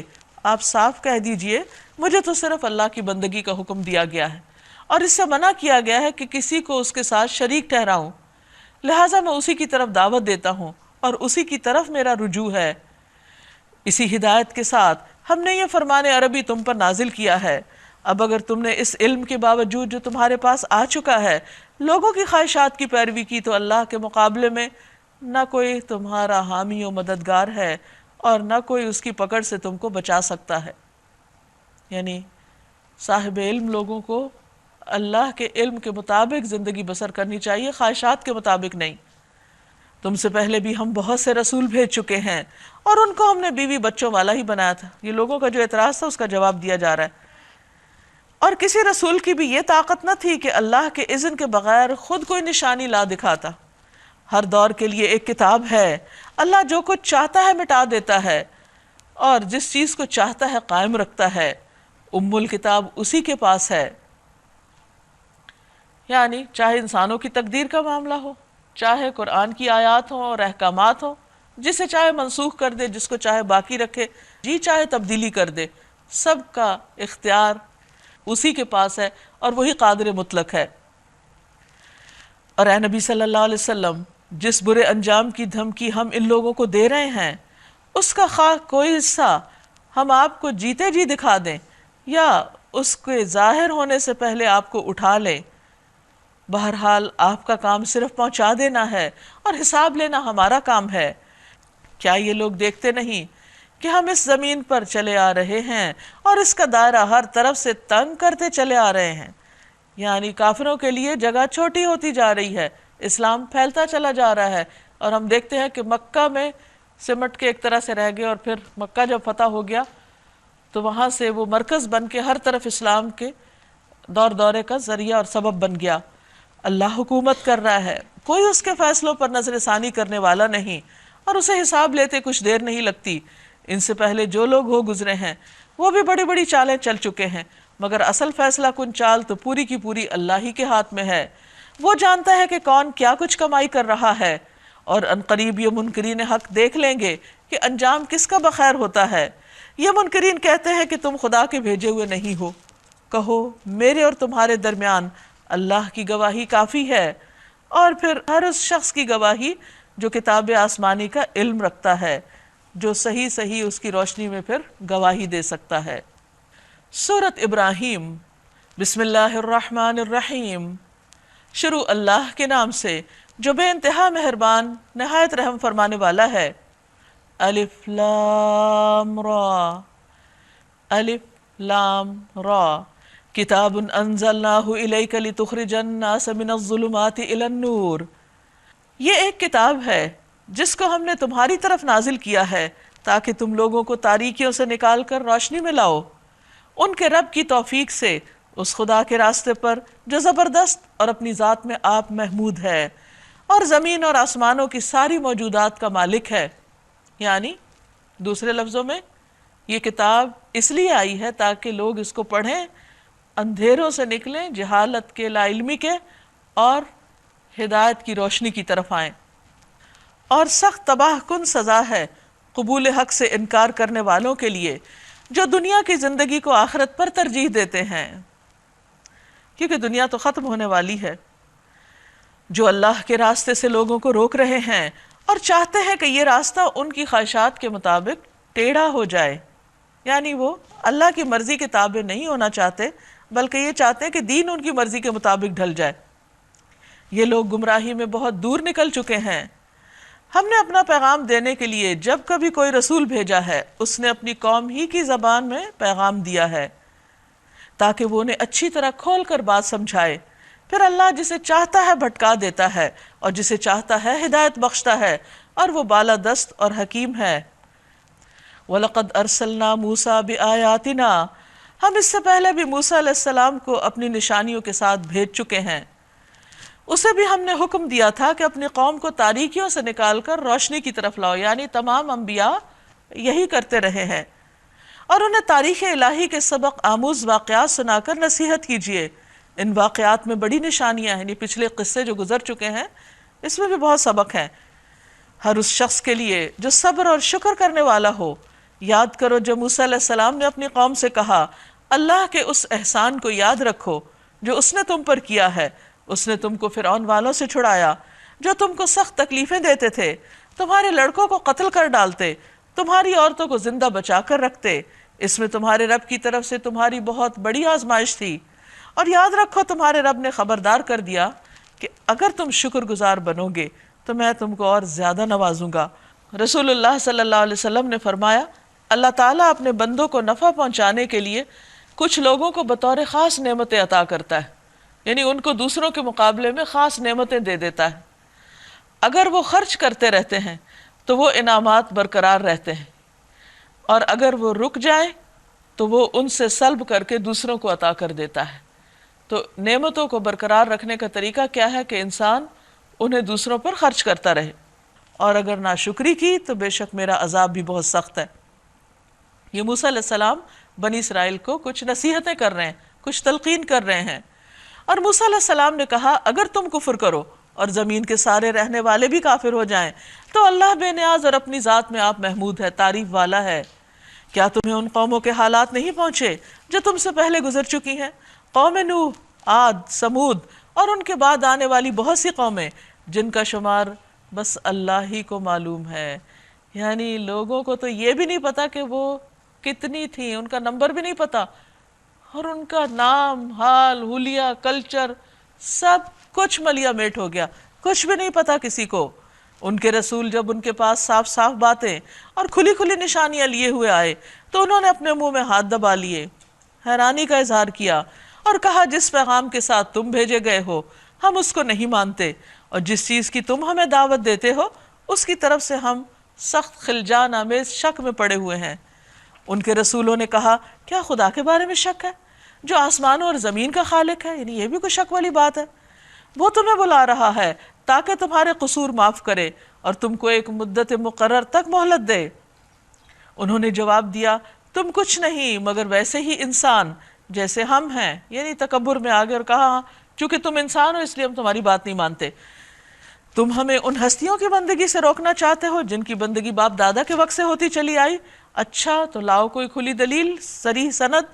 ان کے رسولوں نے ان سے کہا واقعی ہم کچھ نہیں مگر تم جیسے ہی انسان۔ کس قدر ان کے اندر عاجزی تھی، لیکن اللہ اپنے بندوں میں سے جس کو چاہتا ہے نوازتا ہے، یعنی اللہ نے ہمیں تمہاری ہدایت کے لیے مبعوث کیا، اور یہ ہمارے اختیار میں نہیں کہ ہم تمہیں کوئی سند لا دیں، وہ بھی اللہ دے گا تو دکھا سکیں گے۔ سند تو اللہ ہی کے اذن سے آ سکتی ہے، اور اللہ ہی پر اہل ایمان کو بھروسہ کرنا چاہیے۔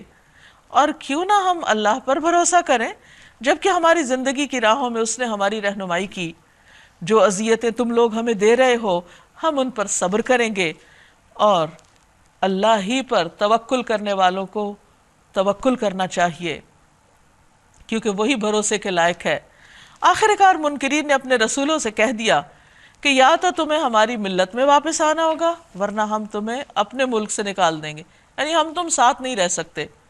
تب ان کے رب نے ان پر وحی بھیجی، ہم ان ظالموں کو ہلاک کر دیں گے اور ان کے بعد تمہیں زمین میں آباد کریں گے، یہ انعام ہے اس کا جو میرے حضور جواب دہی کا خوف رکھتا ہو اور میری وعید سے ڈرتا ہو۔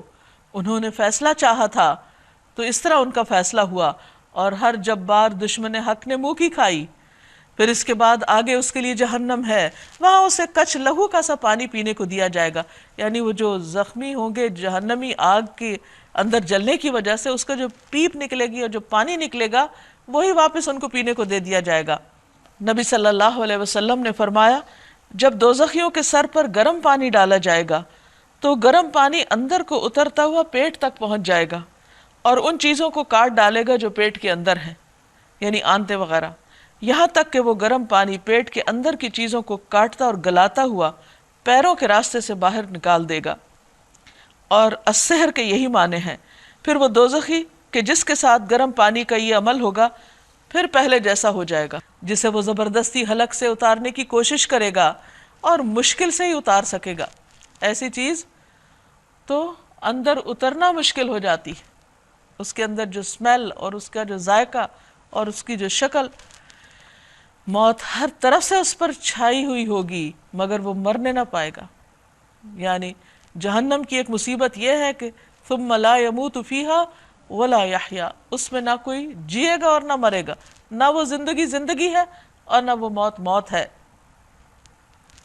اور آگے ایک سخت عذاب اس کی جان کا لاگو رہے گا۔ جن لوگوں نے اپنے رب سے کفر کیا ان کے اعمال کی مثال اس راکھ کی سی ہے جسے ایک طوفانی دن کی آندھی نے اڑا دیا۔ راکھ کا اپنا کوئی وزن ہی نہیں ہوتا، بڑے سے بڑا درخت کاٹ کے بھی اگر آپ جلائیں تو اس کی راکھ، اس کو اگر آپ تولیں، اٹھائیں، پکڑیں تو اس کی کوئی حقیقت نہیں۔ اسی طرح جو لوگ ایمان نہ لائیں وہ کتنے بھی اچھے کام کریں وہ سب راکھ کی طرح اڑ جائیں گے، وہ اپنے کیے کا کچھ بھی پھل نہ پا سکیں گے۔ یہی پرلے درجے کی گمگشتگی ہے، گمراہی ہے۔ کیا تم دیکھتے نہیں ہو کہ اللہ نے آسمان و زمین کی تخلیق کو حق پر قائم کیا ہے؟ تو جو لوگ ناحق چلے وہ پھر سوائے بھٹکنے کے اور کچھ نہیں پائیں گے۔ وہ چاہے تو تم لوگوں کو لے جائے اور ایک نئی مخلوق تمہاری جگہ لے آئے، ایسا کرنا اللہ پر کچھ بھی مشکل نہیں۔ اور یہ لوگ جب اکٹھے اللہ کے سامنے بے نقاب ہوں گے تو اس وقت ان میں سے جو دنیا میں کمزور تھے وہ ان لوگوں سے جو بڑے بنے ہوئے تھے کہیں گے دنیا میں ہم تمہارے تابع تھے، اب کیا تم اللہ کے عذاب سے ہم کو بچانے کے لیے بھی کچھ کر سکتے ہو؟ وہ جواب دیں گے اگر اللہ نے ہمیں نجات کی کوئی راہ دکھائی ہوتی تو ہم ضرور تمہیں بھی دکھا دیتے۔ اب تو یکساں ہے، خواہ ہم جزا فضا کریں یا صبر، بہرحال ہمارے بچنے کی کوئی صورت نہیں۔ اور جب فیصلہ چکا دیا جائے گا تو شیطان کہے گا حقیقت یہ ہے کہ اللہ نے جو وعدے تم سے کیے تھے وہ سب سچے تھے اور میں نے جتنے وعدے کیے ان میں سے کوئی بھی پورا نہیں کیا، یعنی وہ اپنی بے وفائی کا علل اعلان اظہار کر دے گا۔ میرا تم پر کوئی زور تو نہ تھا، میں نے اس کے سوا کچھ نہیں کیا کہ اپنے رستے کی طرف تمہیں دعوت دی اور تم نے میری دعوت پہ لبیک کہا، کیونکہ تمہاری مرضی بھی وہی تھی۔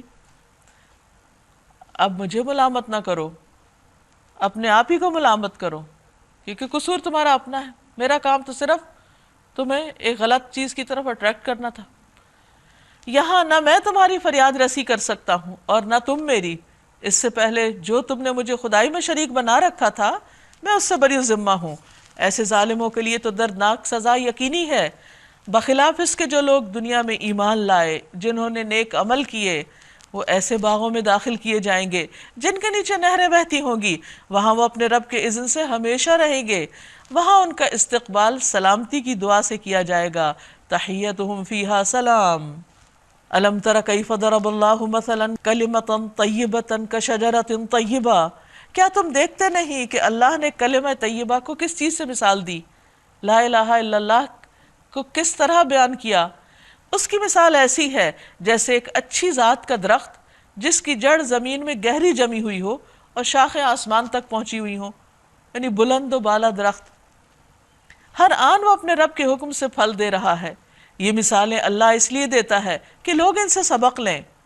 یعنی ایک انسان جب لا الہ الا اللہ کا درخت اپنے دل میں لگاتا ہے تو وہ پھر کیسا انسان بن جاتا ہے کہ جس کے اندر استقامت ہوتی ہے، وہ آندھی ہوا ہر قسم کی موسم کی شدت سختی کو، بیرونی ماحول کی سختیوں کو برداشت کرنے کے باوجود جمع رہتا ہے، یعنی استقامت اختیار کرتا ہے، اور پھر اس کا تعلق اللہ تعالیٰ کے ساتھ مضبوط ہوتا ہے، بلند و بالا شاخیں اس کی آسمان تک پہنچی ہوئی، یعنی اللہ کے سامنے اس نے ہاتھ پھیلائے ہوتے ہیں اور اللہ سے ہی مانگتا رہتا ہے، اور پھر اپنا پھل ہمیشہ دیتا ہے، ایور گرین درخت ہے، یعنی دوسرے انسانوں کے لیے بہت فائدے کا ہے، ہر ایک کو فائدہ پہنچاتا ہے، کوئی کسی بھی وقت اس کے پاس جائے وہ اس کو محروم نہیں کرتا، ہر ایک کے لیے اس کے پاس خیر ہے۔ یہ گویا اب 3 چیزیں ہو گئیں، نمبر 1 اس کی استقامت جو اس کے اپنے ذات کے ساتھ تعلق ہے، اپنی ذات میں وہ ایک بااصول انسان ہے، ایک فرم انسان ہے، اچھے عقیدے کے اوپر، اچھی بات کے اوپر۔ دوسری طرف اس کا اللہ سے تعلق تو بہت ہی مضبوط ہے، تیسری طرف وہ ہر انسانوں کے ساتھ تعلق تو وہ ہر وقت بینیفٹ دیتا ہے، اس کا سایہ بھی اور اس کی گرینری بھی اور اس کی آکسیجن بھی اور اس کے پھل بھی، ہر چیز فائدہ مند ہے جس سے لوگ ہر آن فائدہ اٹھا رہے ہیں۔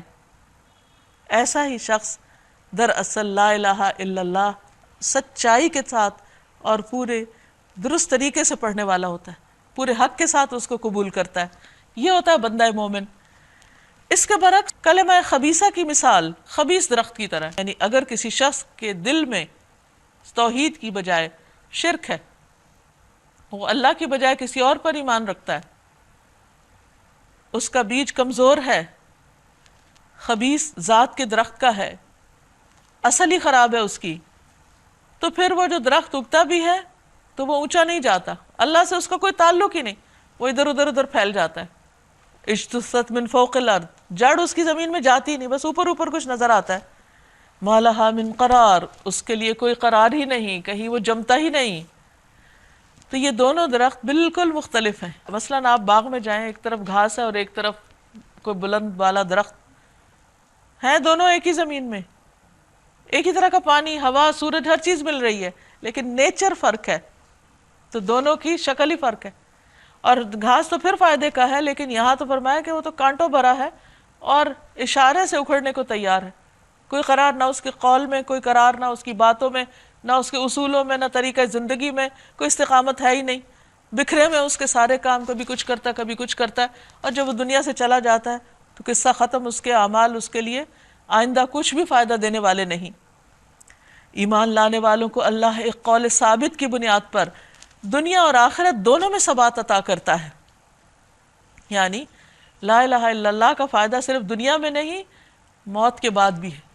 بندہ مومن کو جب قبر میں لٹایا جاتا ہے، اس کی قبر بند کر دی جاتی ہے، تو فرشتے اس کے پاس آتے ہیں، اس کو اٹھا کر بٹھاتے ہیں، اور اس وقت اس سے جو حساب لیا جاتا ہے، اس حساب میں اس کی ثابت قدمی صرف اس وقت ممکن ہوتی ہے جب وہ سچے دل سے دنیا میں لا الہ الا اللہ کہنے والا ہو اور واقعی اس کو ماننے والا بھی ہو، تو اس طرح وہ اپنے اس امتحان میں کامیاب ہو جاتا ہے، اور یوں پھر آخرت میں بھی اس کو فائدہ پہنچتا ہے۔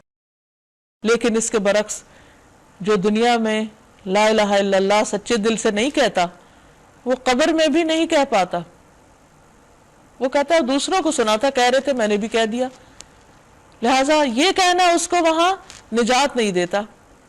تو اس لیے کتنا ضروری ہے کہ انسان سچی بات کو پوری سچائی کے ساتھ قبول کرے۔ اور اللہ ظالموں کو بھٹکا دیتا ہے، اللہ کو اختیار ہے جو چاہے کرے۔ تم نے دیکھا ان لوگوں کو جنہوں نے اللہ کی نعمت پائی اور اسے کفران نعمت سے بدل ڈالا، اور اپنے ساتھ اپنی قوم کو بھی ہلاکت کے گھر میں جھونک دیا، یعنی جہنم جس میں وہ جھلسے جائیں گے اور وہ بدترین جائے قرار ہے۔ اور اللہ کے کچھ ہمسر تجویز کر لیے تاکہ وہ انہیں اللہ کے راستے سے بھٹکا دیں، ان سے کہو اچھا مزے کر لو، آخرکار تمہیں پلٹ کر جانا دوزخ میں ہی ہے۔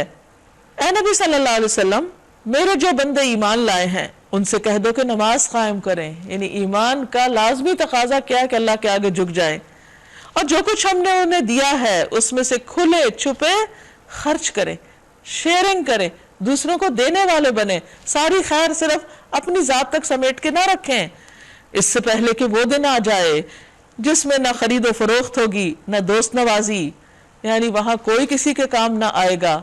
اگر چاہتے ہو کہ کچھ ملے تو دنیا میں اپنے ہاتھوں سے دے کر جاؤ. اللہ وہی تو ہے جس نے زمین اور آسمانوں کو پیدا کیا اور آسمان سے پانی برسایا، پھر اس کے ذریعے سے تمہاری رزق رسانی کے لیے طرح طرح کے پھل پیدا کیے، جس نے کشتی کو تمہارے لیے مسخر کیا کہ سمندر میں اس کے حکم سے چلے، اور دریاؤں کو تمہارے لیے مسخر کیا، جس نے سورج اور چاند کو تمہارے لیے مسخر کیا. لگاتار چلتے چلے جا رہے ہیں، کبھی رکتے ہی نہیں. اور رات اور دن کو تمہارے لیے مسخر کیا، سب اپنے اپنے ٹائم پہ آ رہے ہیں جا رہے ہیں. جس نے وہ سب کچھ تمہیں دیا جو تم نے مانگا. اگر تم اللہ کی نعمتوں کا شمار کرنا چاہو تو کر نہیں سکتے. وَإِن تَعُدُّوا نِعْمَةَ اللَّهِ لَا تُحْصُوهَا، کیونکہ ایک نعمت کے اندر پھر اتنی نعمتیں ہیں.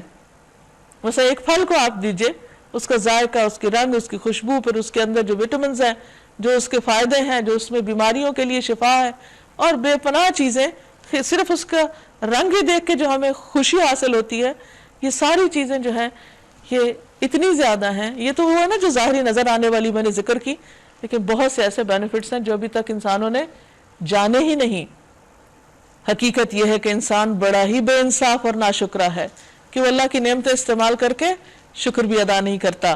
وَإِذْ قَالَ إِبْرَاهِيمُ رَبِّ اجْعَلْ هَذَا الْبَلَدَ آمِنًا، یاد کرو وہ وقت جب ابراہیم علیہ السلام نے دعا کی تھی کہ پروردگار اس شہر کو امن والا شہر بنا، یعنی جب خانہ کعبہ تعمیر کر لیا تھا.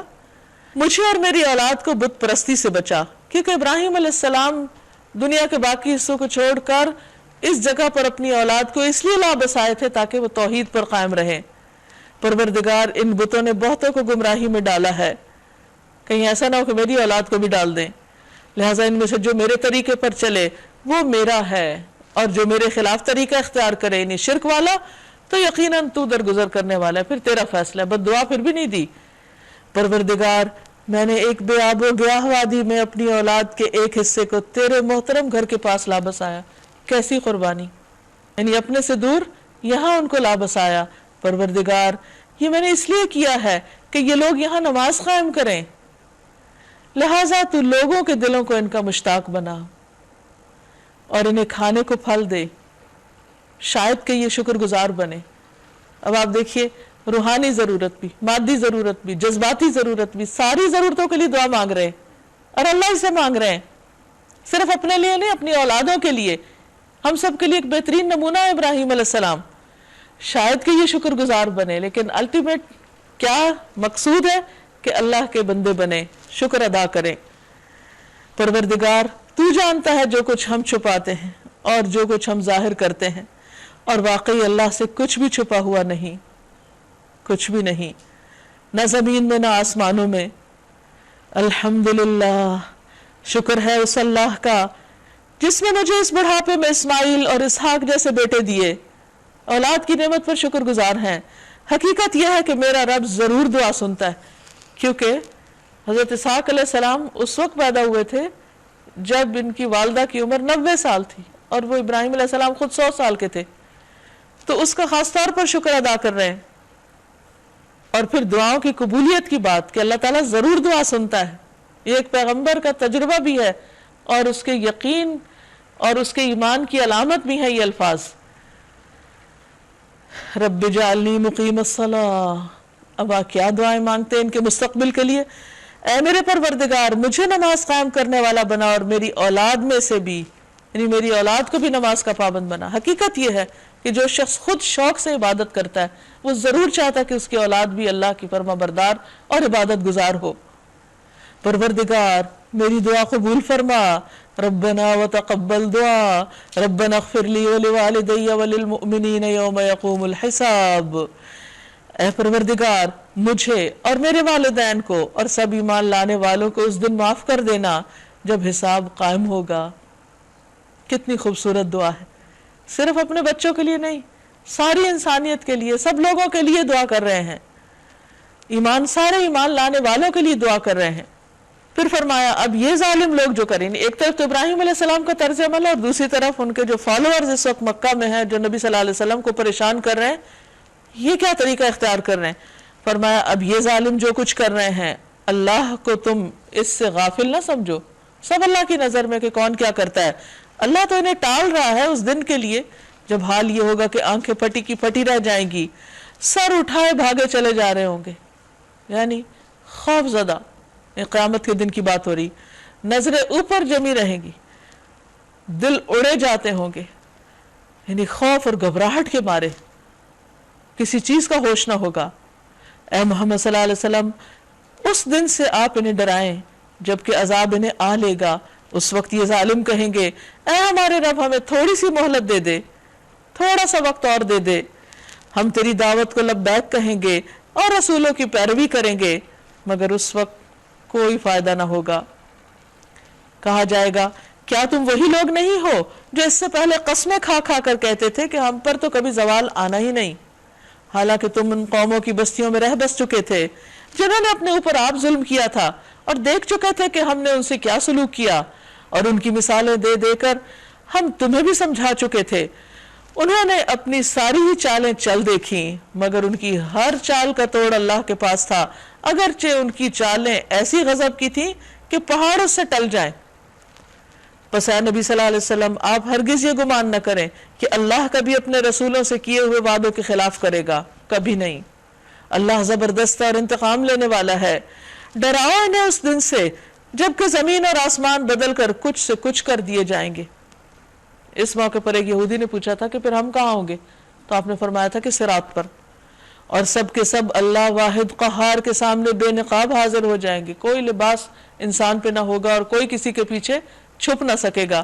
اس روز تم مجرموں کو دیکھو گے کہ زنجیروں میں ہاتھ پاؤں جکڑے ہوئے، تارکول کے لباس پہنے ہوئے، یعنی جہنم والوں کا لباس ایسا ہوگا جیسے کالے رنگ کا پینٹ ان کے اوپر پھیر دیا گیا ہے، اور آگ کے شعلے ان کے چہروں پر چھا رہے ہوں گے۔ ہر شخص اپنے اپنے اعمال کے مطابق جہنم میں یا آگ میں ڈوبا ہوا ہوگا۔ جو بڑے مجرم ہوں گے وہ سارے کے سارے آگ کے اندر ہوں گے۔ یہ اس لیے ہوگا کہ اللہ ہر شخص کو اس کے کیے کا بدلہ دے گا، اللہ کو حساب لیتے کچھ دیر نہیں لگتی۔ ھذا بلاغ للناس، یہ ایک پیغام ہے سب انسانوں کے لیے، وَلِيُنذَرُوا بِهِ، اور یہ اس لیے بھیجا گیا ہے کہ لوگوں کو اس سے خبردار کیا جائے، اس انجام کے بارے میں ان کو بتا دیا جائے، وَلِيَعْلَمُوا، اور تاکہ وہ جان لیں، معلوم کر لیں، کیا بات، کس چیز کا علم حاصل کریں، انما هو الہ واحد، کہ وہ بس ایک ہی الہ ہے، تمہارا معبود حقیقی بس ایک اللہ ہے، وَلِيَذَّكَّرَ أُولُو الْأَلْبَابِ، اور تاکہ عقل مند لوگ ہوش میں آ جائیں، نصیحت پکڑ لیں۔ یہ ہے اس قرآن کی آمد کا مقصد۔ وآخر دعوانا ان الحمد للہ رب العالمین۔ یہاں ہمارا 13واں پارہ مکمل ہوا۔ اب میں آپ سے گزارش کروں گی کہ آپ میں سے جو بھی اپنے کوئی کمنٹس، کوئی ریفلیکشنز، کوئی خیالات، کسی بھی چیز کا اظہار کرنا چاہیں تو یو آر موسٹ ویلکم۔ جو آیت آپ کو اچھی لگی اگر اس کو شیئر کرنا چاہیں تو اٹس اپ ٹو یو۔ یعقوب علیہ السلام اپنے بیٹے کو سمجھا رہے ہیں کہ جب انہوں نے خواب دیکھا تو ان کو سمجھا رہے ہیں کہ یہ تم اپنے بڑے بھائیوں سے نہیں بتانا۔ اس میں یہ بھی بتایا جا رہا ہے کہ دو ماؤں کی اولادوں کا جو ہے کس طرح کیا ہوتا ہے اور کس طریقے، تو وہ سمجھا رہے ہیں کہ تمہیں ان کو پتہ تھا کہ وہ جو ہے وہ ان سے جیلس ہیں، تو ان کو بتانا چاہ رہے ہیں کہ تم ان کو نہیں بتانا کہ کہیں تمہارے ساتھ کوئی زیادتی نہ کر دیں۔ اور پھر جو ہے سورۃ ابراہیم میں جو ہے ایک عورت کا کردار بھی دکھایا جا رہا ہے کہ حضرت ابراہیم علیہ السلام جو ہے وہ بچے کو اور ماں کو چھوڑ کے ایک بیابان جگہ پہ جا رہے ہیں، اور وہ عورت جو ہے ان سے کوئی شکوہ اور شکایت نہیں کر رہی۔ یہ بہت بڑی بات ہے۔ آپ میری طرف دیکھ کے بات کریں۔ حضرت یوسف علیہ السلام کے کردار کی پختگی دیکھی کہ انہوں نے اپنے بھائیوں کو جتایا تک نہیں اور معاف کر دیا۔ اس چیز کو شیطان کی طرف سے منسوخ کیا کہ شیطان نے ہمارے درمیان جو دوری ڈال دی تھی، اور اپنی ماں باپ کی بھی اتنی عزت اور اتنی عاجزی، انکساری اور حسن اخلاق۔ تو ہم لوگوں کو بھی اپنا برتاؤ جو ہے اس پہ نظر کرنی چاہیے، ہمیں بھی اسی طرح سے صرف نظر اوروں کے ساتھ، اپنے بچوں کے ساتھ، ہر ایک کے ساتھ اچھا برتاؤ کرنا چاہیے۔ حضرت یعقوب علیہ السلام کے کردار کے بارے میں بہت انسپریشن مل رہی ہے کہ نبی ہونے کے باوجود انہوں نے کوئی ان یوزول قسم کی ایکسپیکٹیشن اللہ تعالیٰ سے نہیں لگائی ہے، کہ وہ دیکھ رہے ہیں کہ ان کے بیٹے کو کتنا سچا خواب آیا ہے، لیکن اتنا عرصہ حضرت یوسف علیہ السلام ان سے پوشیدہ رہتے ہیں اور اپنے سگے بیٹے ان کے ساتھ کیا زیادتی کرتے ہیں جس کا انہیں احساس بھی ہوتا ہے، لیکن ان کے دل اور دماغ میں کبھی کوئی ایسا خیال بھی نہیں آیا کہ انہیں کوئی خواب دکھا دیا جائے یا کوئی ایسی چیز ان پر ظاہر کر دی جائے کہ انہیں سکون ہی آ جائے. وہ ایک خاص مقرر وقت پر ہی ہوا. ناظرین، اس کے ساتھ ہی ہمارے آج کے پروگرام کا وقت ختم ہوتا ہے. اب اجازت چاہتے ہیں. آپ سب کو بہت شکریہ. آپ سب کے لیے دعائیں. السلام علیکم ورحمۃ اللہ وبرکاتہ.